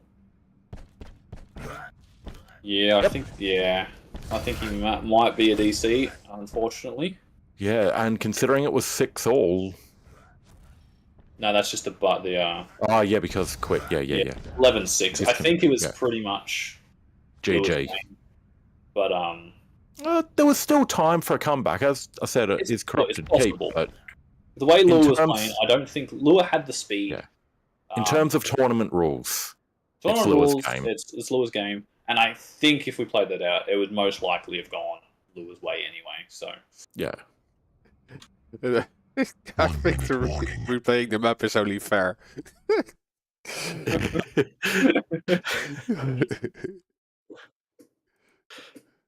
Yeah, like best of 5 on Blood Run to decide it. Both players are Nicks, obviously, Vu. Oh, obviously, yeah. I was gonna say he kicked the cable or put his fist through his tower or something like that. Oh, okay. He just disappeared. So, indeed. We'll give him a second to come back. So yeah, that will be map 1 going towards to Lua there. Really strong showing from Lua in map 1 as well. It started off a bit on the rocks, like, who's going to be getting ahead there? But no. Lua did start Lua started bringing it away towards at the early game. It was just back and forwards. But yeah, Lua He was able towards to the end. string those frags together, and when he lost a frag, he made sure it was in a situation where Lucky wasn't in a position to be able to convert off of it. If you're finishing your fights with only 3 HP, it doesn't matter if you've won that frag, you're not going to be able to convert it into a second or a third. Well, that's the thing, right? We saw that in that pretty much the second last frag or so, the third last frag there. Like, Lucky did manage to stop the bleeding a bit and get that frag, but the problem was, he was exactly 3 HP. So by the time he got a couple of health bubbles, Lua was back in it. He had a couple of weapons. He had the other major item. He was able to scoop up both major items in the time. So even though, he did win that fight, it really meant nothing to him. Because then Lua brought it back anyway and just refragged it not long after. So The question's going to be, are we going to see Lucky come back? Yep, I was just about to There we are. say but Lucky is back in. Dropout sponsored by Telstra. Thank you, Telstra. We love the Australian internet. It is a great system that we all love and we all appreciate. Jump fact, on you guys- Discord. I'm sure many people will give you an Aussie broadband discount code. Exactly right. I will give you one right now if you want. No, use mine. I use mine. Mine's better actually. It gives you more. Mine's guaranteed to give you an extra inch on the length of your penis. Well, mine will give you an extra frag in Quake. And let's be honest, what's more important here, mate? Yeah, exactly. I'm not going down that rabbit hole. Yeah, there's a bathroom break by both of the players. Yep. All right, we'll have a quick break while we talk shit in the chat here in the casters booth. Talk relevant Quake content. Yeah, so speaking about the rumors about the next. See the next Quake, guys. use my Aussie broadband code for the next Quake. It's been a long week. Yeah, it's good to be back. It was 7 days, right? This week. Wow. It felt like 8. It felt like 8. I know what you mean. There was I'm disappointed today is Sunday. Another day off would be real nice. To get back into this game, whilst both players have gone to the loo to whip out the tape measure, Lua picking Ruins of Sarnath, and we've got Lucky on Anarchy and Lua on Nyx. So, obviously, Kuachi's holding off the rating of Lua's Nyx until after the game, but Yeah, where that do will you be two the think this is gonna sit? God, yeah, that's a good question. Lucky on Anarchy, he is really good with the movement, with the speed. But I think Lua's defensive play is going to be, Anarchy makes quite a lot of sound sometimes when he's just jumping around. So that hoverboard is not the quietest thing in the game. So I do think the quiet play from Lua, potentially that Nyx defensive play, will be enough for him to bring this over the line. He's going to be able to play quiet defensive if he gets that lead. It's a big map, so I think Lua will probably take this one. I've got 2 points I'm gonna raise here. I want to put it out there. I'm agreeing with you. I think this is Lua's game. Lua's probably got more historical experience on Ruins from a competitive standpoint. That's a good point. I don't think Ruins has been in the map pool that often during the times when Lucky's been around, actually. So Lucky's still a pretty new player, and I think Ruins has sort of kind of been on the back burner when it comes to the map pool for a while. So, and I think Teok, if he's in the chat, would agree with me that Nyx is quite a strong pick on Ruins. if you ask Kuachi, I'm sure he'll agree with you as well. But no, I think the champ pick and the map itself just favors Lua a lot here. Yeah, honestly, I think it's hard to vote against Nyx is weakest champ in the game. Thanks, Kuachi. I just think, Lua on Nyx is just such a strong... It's so hard to frag against him. He'll play silent. He'll play silent for like a minute and a half, 2 minutes, to ensure that he's in a spot where he can take a fight. win it, or if he's not going to win it, he's got the invids to get out. And I think that alone will just potentially be enough to just maybe get under Lucky's skin a little bit and ensure that he can always just stay, you know, one frag ahead. And right on Nyx, that's all you need. You can drag one frag out for a long time. Yeah, and I mean, if we're looking at it kind of from a bit of a meta perspective as well, champ picks from kind of reflect the play styles of the player. Lucky likes to move around fast, get in your face and bite your nose off. Lure likes to play defensive. The champs just play into those strengths for both of them.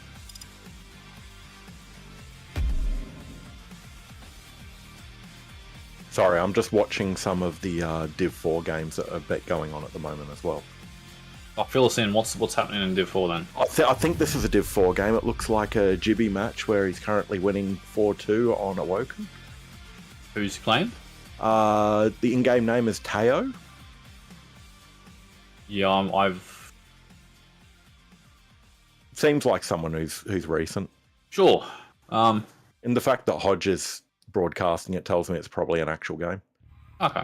Oh, well, good luck to them. We're now going into our potentially final match of the night. We are... I hope it's not our last match of the night. Oh, there you go. All right. Yeah, okay. Yeah, Cinza's a Div 4. Yeah, currently we've had a 1-0 happen on that match. Prior so to Hamo, Awoken. there was a DC Hamo, if you were not there, for the previous map. It was about 6-11, I think 8.5 minutes in, if I'm not mistaken. Then Lucky had a disconnect sponsored by Telstra. So we are now moving on to the second map. Lua is up the first. Starting here on Lucky with the Speed Kid. I've just noticed Rob has changed the map for Hamo, only for Hamo, but it's alright, I'm watching from my perspective, I don't care. Yeah, I don't hate graphics. And from Lure, it's what we expected. He's gotten the items, gotten himself a bit stronger, and he's slowing down and using that sound. Lucky's coming in trying to bite off the nose, but Lure just pops invisibility and gets out of there quick smart.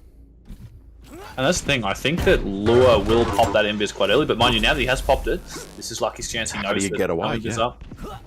Like, what, 20 HP, not even, 10 HP, and there you go, not even. 7, 1 tick of LG, and Lucky. Oh, I like that from Lure. He just hides behind that pillar, right? Lucky just checks to see if he spawns there. Didn't see him, and then leaves. Go gets heavy. Puts a little bit of a delay on as well, so it's about 7 seconds between these two major items. That could be enough to make a difference. Straight in, right in your face, double rockets. Thank you very much. See you later. Yeah, and Lure was not ready for the speed. Still enough time here if Lucky wants to go and get one of these armor shards. I'm not going to make the joke. Yeah. Stopwatch. Yeah, Lucky's got pretty good lockdown on the items at the moment. That 7-second delay he's put on the heavy seems to be working in his favor. Lure wasn't there to even try and contest for it. Yeah, he's just extended that as well. Just a couple more seconds there, about 12 now. So he's got heaps of time between these items to try and take a fight, try and make something happen. Good rail from Lure there, staying patiently in that center position. Inject comes out, but now Lure is the one fighting for this position, and that rocket there should win him the item. Lucky wants to try and get some damage off, pushes in, and really not healthy, and that delay on the heavy might actually cost him here, because Lure getting the rail in the back, getting on the board. And unfortunately for him, oh, great rail there coming out. Second rail again from Lure, not missing these shots.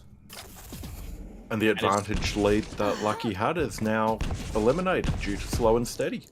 Yeah. All it took was Lure getting into that one position early on Mega. And then once Lucky tried to push in, all it took was, yeah, that one rocket, and that was it. The fight was finished. And we got the 15-second delay between items now, which gives Lure plenty of breathing time to get into a happy position. Gets there a bit early now, but his 15-second cycle is just going to benefit him for getting those ambush positions set up. Now that's an invis I didn't expect to see coming out from Lure. Not usually the player you see make, an invis play like that. Usually he's always just on the defensive invis. The rocket launched him up, fine missed rail, and he will get that kill there. Lure 3-2, taking the lead for the first time this map. Invis. Yeah, a little bit of the Scholls style, classic Scholls style LG aim coming out there as well. hitting 80% LG. That's right. Nice rocket from above coming out from good rockets actually from above. And Sneaky rail. There's no 1-2, see you later.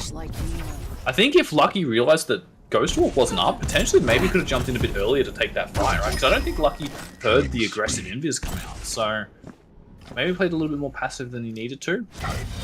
But either way, Lure right now, he's just looking strong. That's a commanding lead. 3 frags at the 3.5 minute mark. It's a good, confident position to be in on Ruins. Yeah, especially when you're playing, you know, you've got the Nyx here. There are a heap of time vials on this map too, right? You can, there's what, about 7 to 8 time vials? So you can pretty much get your ability back by doing one cycle of items. So if you Ghost Walk, so let's say we get a 7-8 minute mark, and it's like 2 frags up still. Another aggressive. Ghost Walk coming out so often, because why not? You're going to be able to use it. Yeah. And not only that, while using it, it means that there's less injects as well up the Anarchy. Because otherwise, oh no, the ring out going off the jump pad, that is super unfortunate for that to happen in that situation. And Mistrail there, but that doesn't matter, because you can take this engagement fight in the middle. Beautiful rail coming out from Lure, and keeping the pressure on.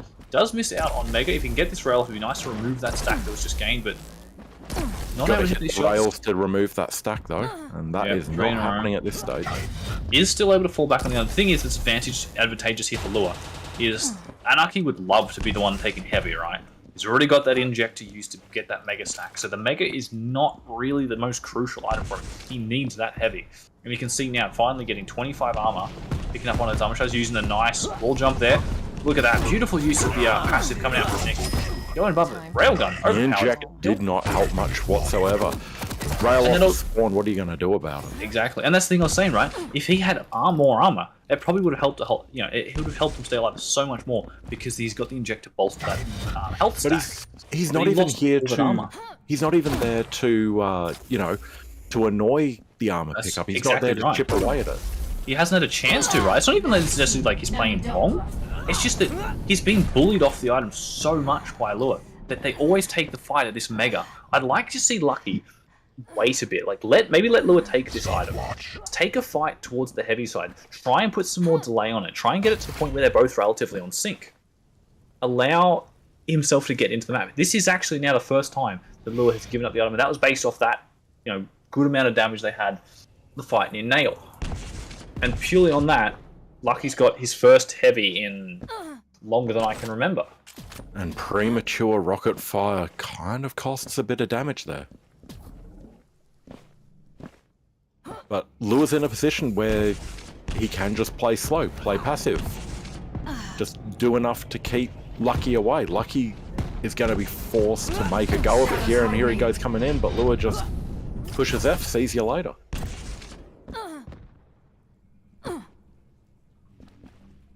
And Lucky's on the hunt, but how do you hunt someone who's invisible?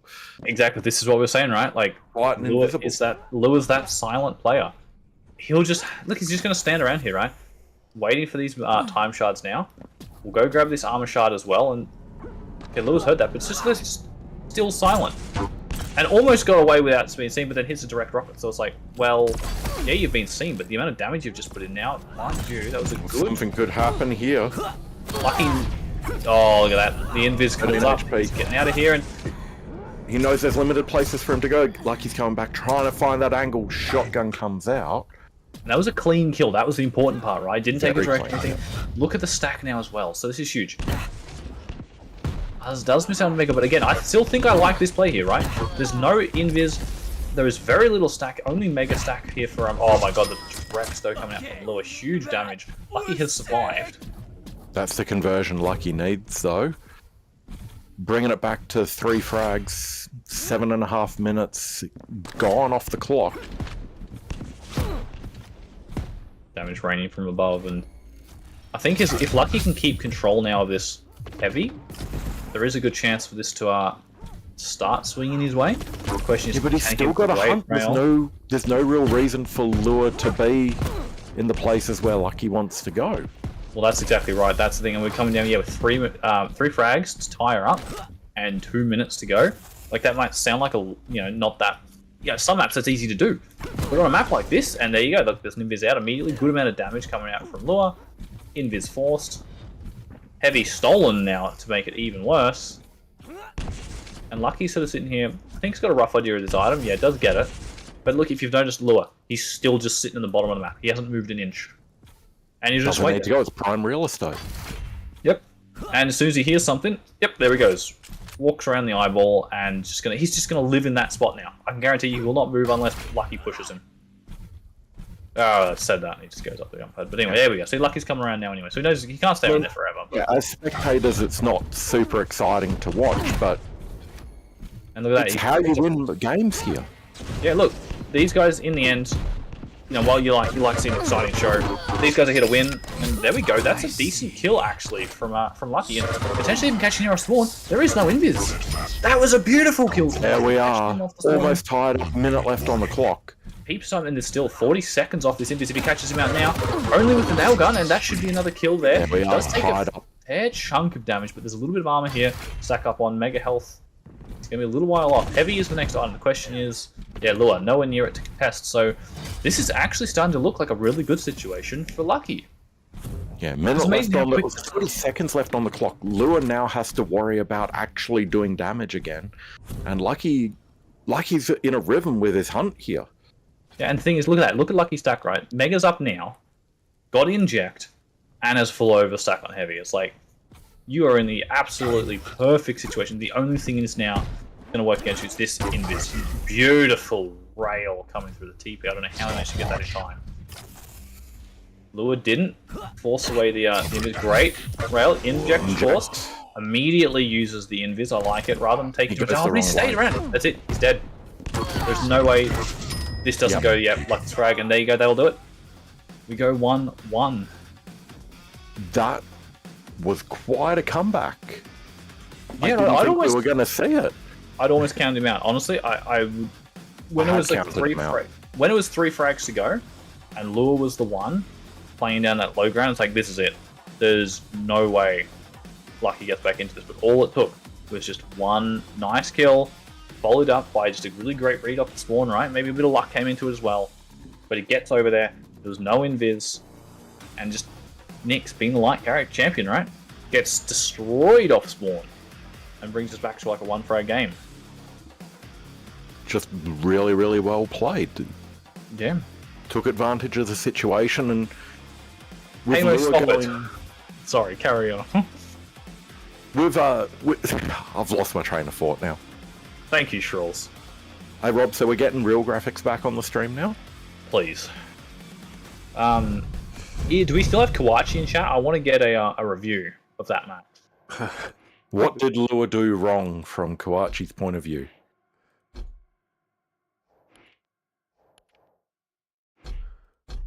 Anyway, while he does a 2-page analysis for us, we shall look at this last map, because this is the decider. This is the final match of the night. This is the important one. This is for the marbles. And we all love marbles.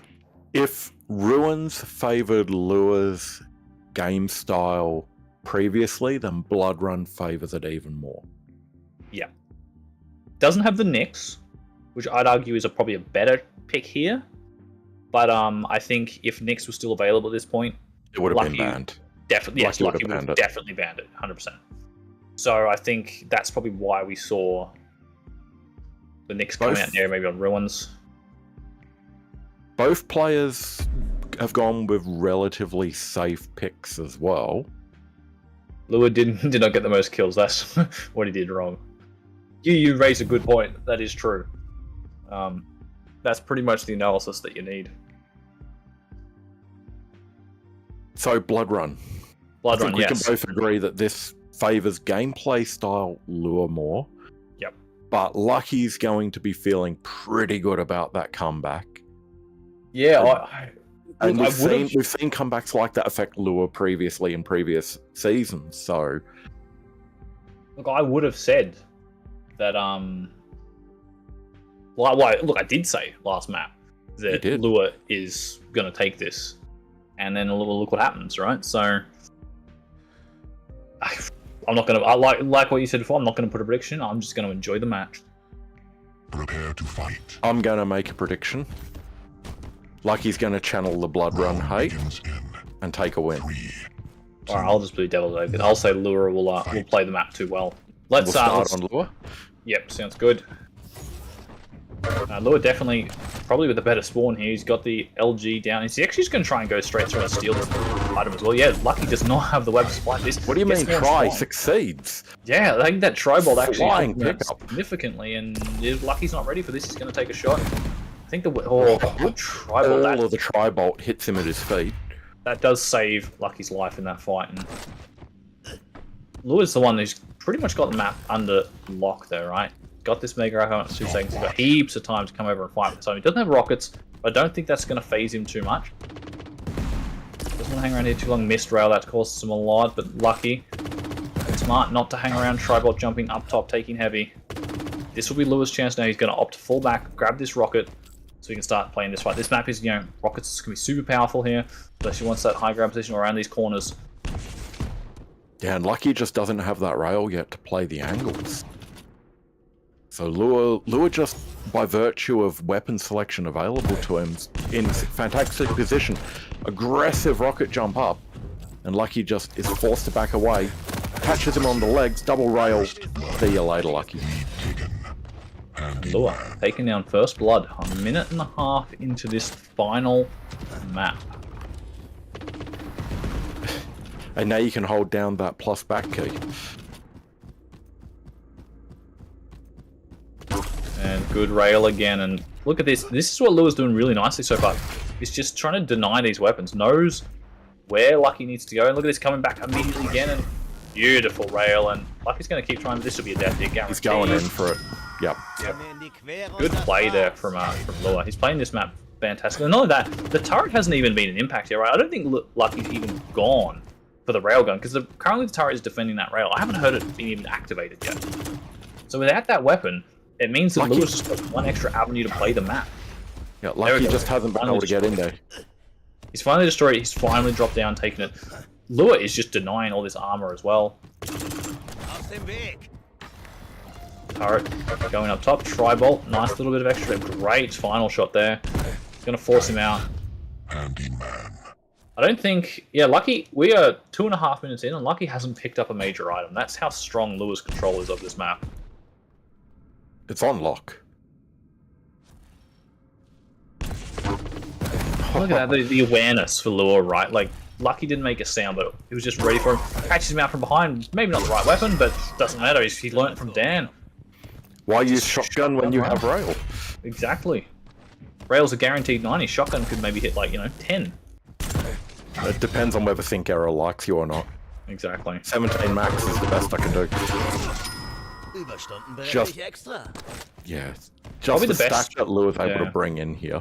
Exactly. Like, Lucky, I think, yeah, definitely had damage in that fight, but because Lure has just had complete dominant control of this map, means that there's nothing Lucky to do. Gets down to the railgun. Lure just waiting for this item. He knows these items sink so well. Probably going to wait for one more Tribolt, then we'll push out. Rails connecting for both players. Works a lot more in Just hitting Lure's his favor. shots. Yeah, exactly, and all the shots that Lure's hitting are really important shots, right? Every time Lucky tries to make a peek, tries to get a bit of damage off, Lure is just keeping the pressure on. He might take a rail, but every time in return, there's some damage coming back when the Tribolt, rocket rail, whatever he's doing. There's always some, he's never getting unreturned damage given to him. Like, beautiful Tribolt there, reading the position well. Just even having the ability to get the damage on him, and if you take a look at the stats, Lucky, yeah, he's hitting 100% rail, but he's only 5-2 rail shots. Lure's hitting 50%, 14 shots in total. Exactly. The LG looking at the same, 37 to 38%, but we're talking 18 cells versus 141 cells. I think right now, it's the problem also at the start, right? Obviously, Lucky hasn't had rail for much of this game, which is his biggest problem initially with railgun. But I think the biggest problem right now for Lucky is Lure's just doing the exact same cycle, right? Lure's just going, he's getting Mega, he then goes to that lower armor shard by Rocket, and then he'll go through the TP, and oh, look at that, Timmy waiting at the end of the TP, 5 frags up. Himself on the board. Beautiful rocket there, that was a good amount of damage, that's a good start. But look at the stack, it hasn't meant sweet fuck all. Yeah, that was Look at him immediate. into that fight, 150-50. That's better than starting stack already. And dare I say, is there a way?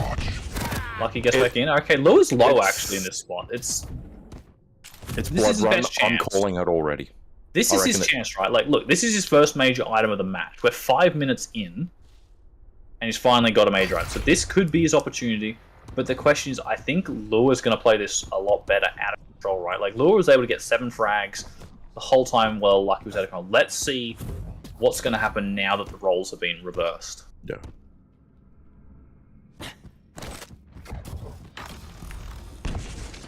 And I think the Eisen 2 is going to allow for a bit more of that defensive. Look at that turret, right? Like, he was trying to push Great in, but distraction. turret there. Going to push in with LGs. LGs for both players. The Mega, great Mega way for Lucky is to a play great that. decider. That's how you want to play around your major items.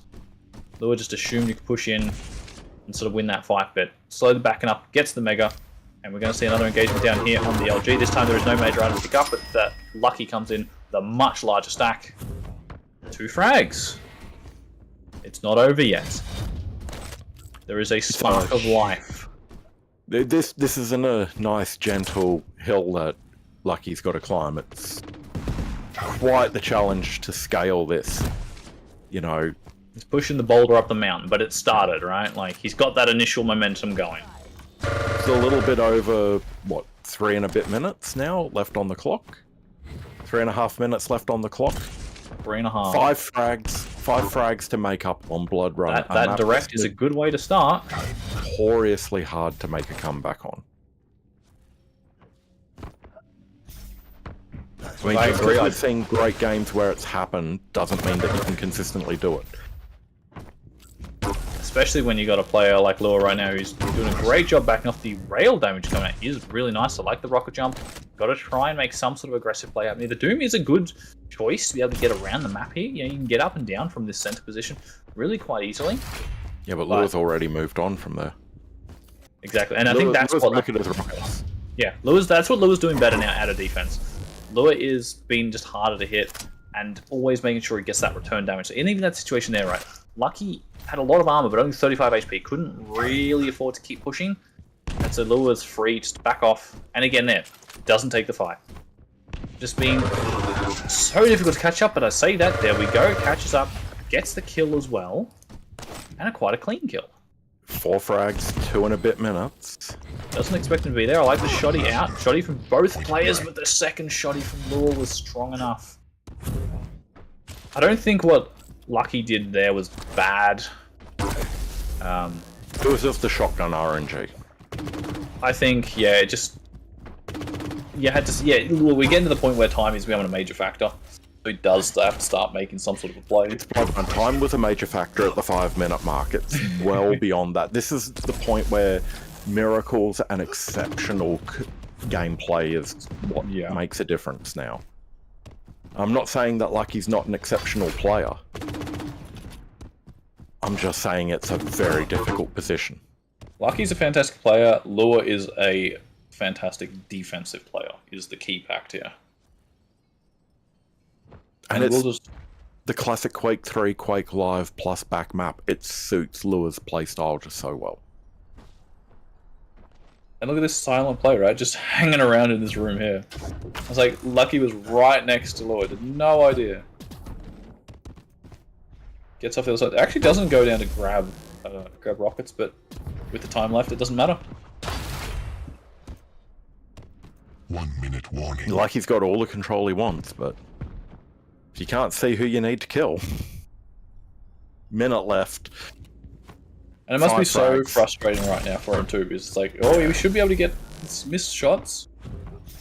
Again, not that it will actually make any sort of difference. It's at this point it's impossible to get this many frags, but yeah, it was a good set. Like that was a fantastic set of games. The comeback on Ruins was phenomenal. Absolutely legendary it was. Like that was beautiful direct there from Lua. Great defensive play. Rails, both players low. No one will get the frag. Dry bolt will be enough. Not quite. Lucky gonna jump over. And Lua's ready for it. And the GGs are being called. 9-3. 2-1. Lua's favour. Unfortunate that there was the disconnect. The Telstra came along in map 1 Whether or not that would have actually made a difference, only had a minute and a half to go.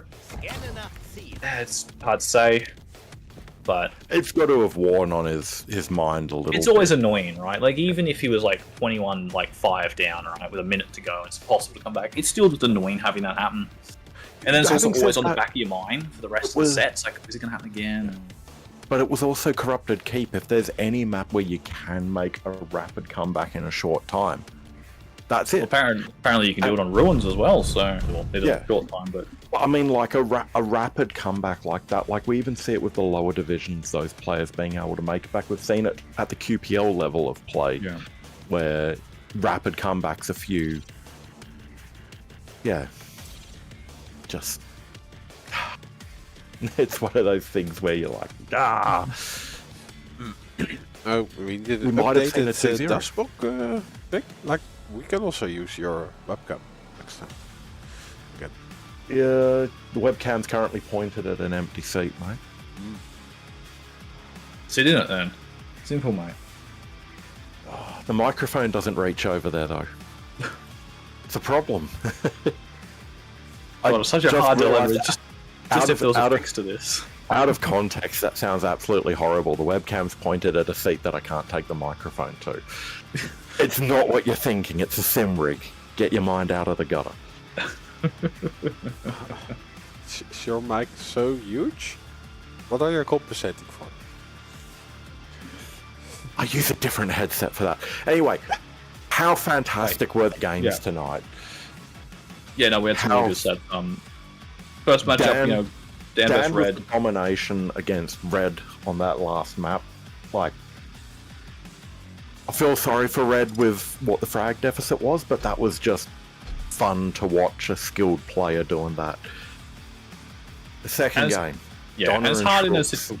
I was going to say back just quickly on that one. It's to Red, like, it's not much you can do when your opponent's hitting 70%, you know, of the rail. Like, you know, it's hard to play around it. So, but yeah, second setup, Donna and Trulzy. I don't think necessarily. Look, I think they're pretty even players, especially when Trulzy's playing well. But I think Donna probably would have been going at the favorite, if I'm not mistaken. And yeah, just really, really strong showing from Trulz. Just played a solid game all round. You know, just not many Hard mistakes. work beat talent. Hard work beats talent. That's right. So yeah, well done to Trulzy on that one. And then yeah, final set. Going to Lua, 2-1. After a two really close maps to take us to the third one, where Lua just showed he knows that map so well.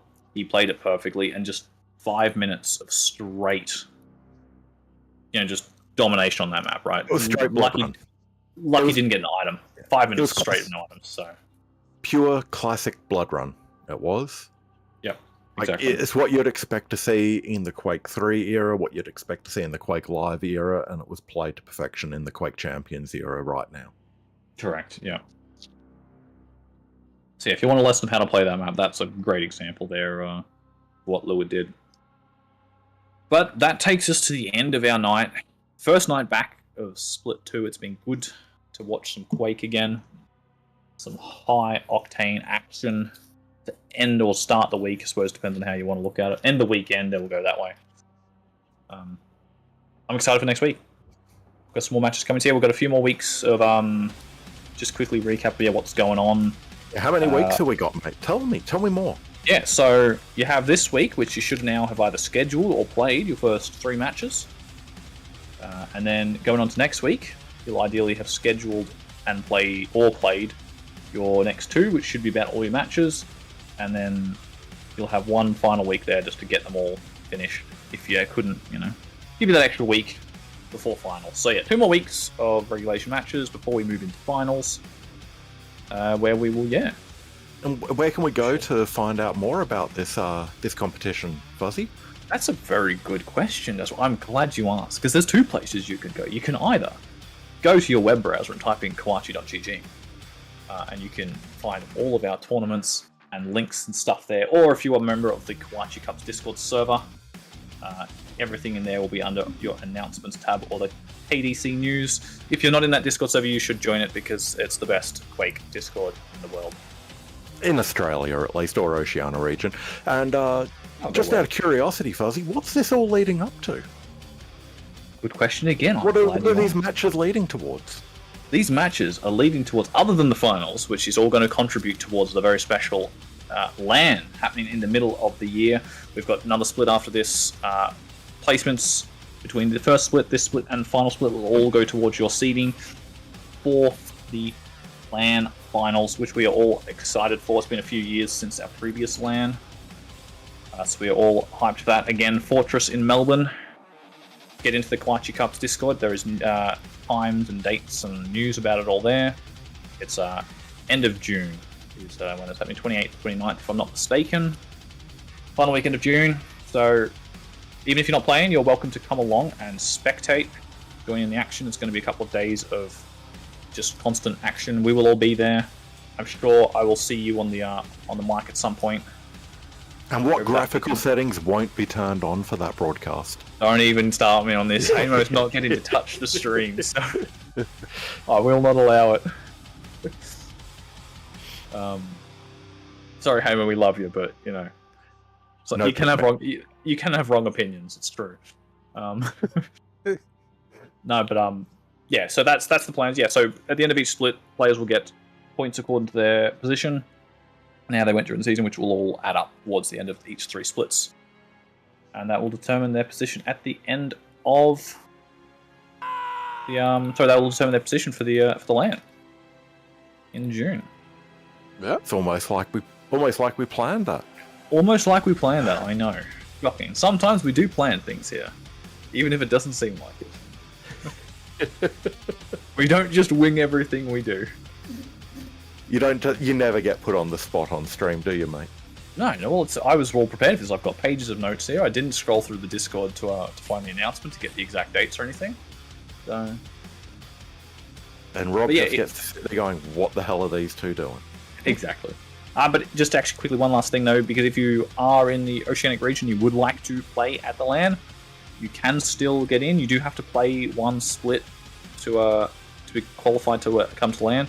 There will be not only the main Division 1 finals at LAN, which will be the top 8, there is also going to be like an open division as well, which will have all of us, you know, noobs who aren't that good, who can't compete with them. So. And how many more splits are we having before the LAN, Fuzzy? 1 more. So if you do want to play, you've got to be in split 3. Chance. Last chance. Anyone who wants to come to LAN and play at LAN, make sure if you haven't already played in a split, you are registering for that split. Anyone's welcome to join as long as you are in the Oceanic region. And we look forward to I'm going to start asking questions now because looking at the stream, Rob's got the look on his face of, I really want to hit the stop streaming button. It was really like you are the side, like on movies you always have like the side character asking the questions, so the plot gets explained to the audience, and you were doing that really well. So you get an Oscar for those questions. That's what I go for. Yeah, it was fun again hearing you guys rant and talk about games. Rant primarily about Quake, but what else have we got? Exactly, and there are rumors of another Quake. Rumors of another, guys. Who knows what's gonna happen? We never know. So thank you all for being here. Thanks Westy for the resubscription and Apex for the subscription with Prime. Everyone, you should subscribe here with Prime, or just not Prime if you haven't already, because this is a good channel and they do the best content. In fact, I'm going to subscribe right now with my Prime, so there you go. Right, I'd subscribe now, but I've got to wait for February 25th before I can do that. Thank you very much. There we go, so I would say see you all next week. Yes, and look forward to it. Half an hour. There'll be more games. Thank you all for showing up. It was fun. Sure. Bye-bye. I'm waving too, but you can't see that. See, I can shut up when I get the hint. I can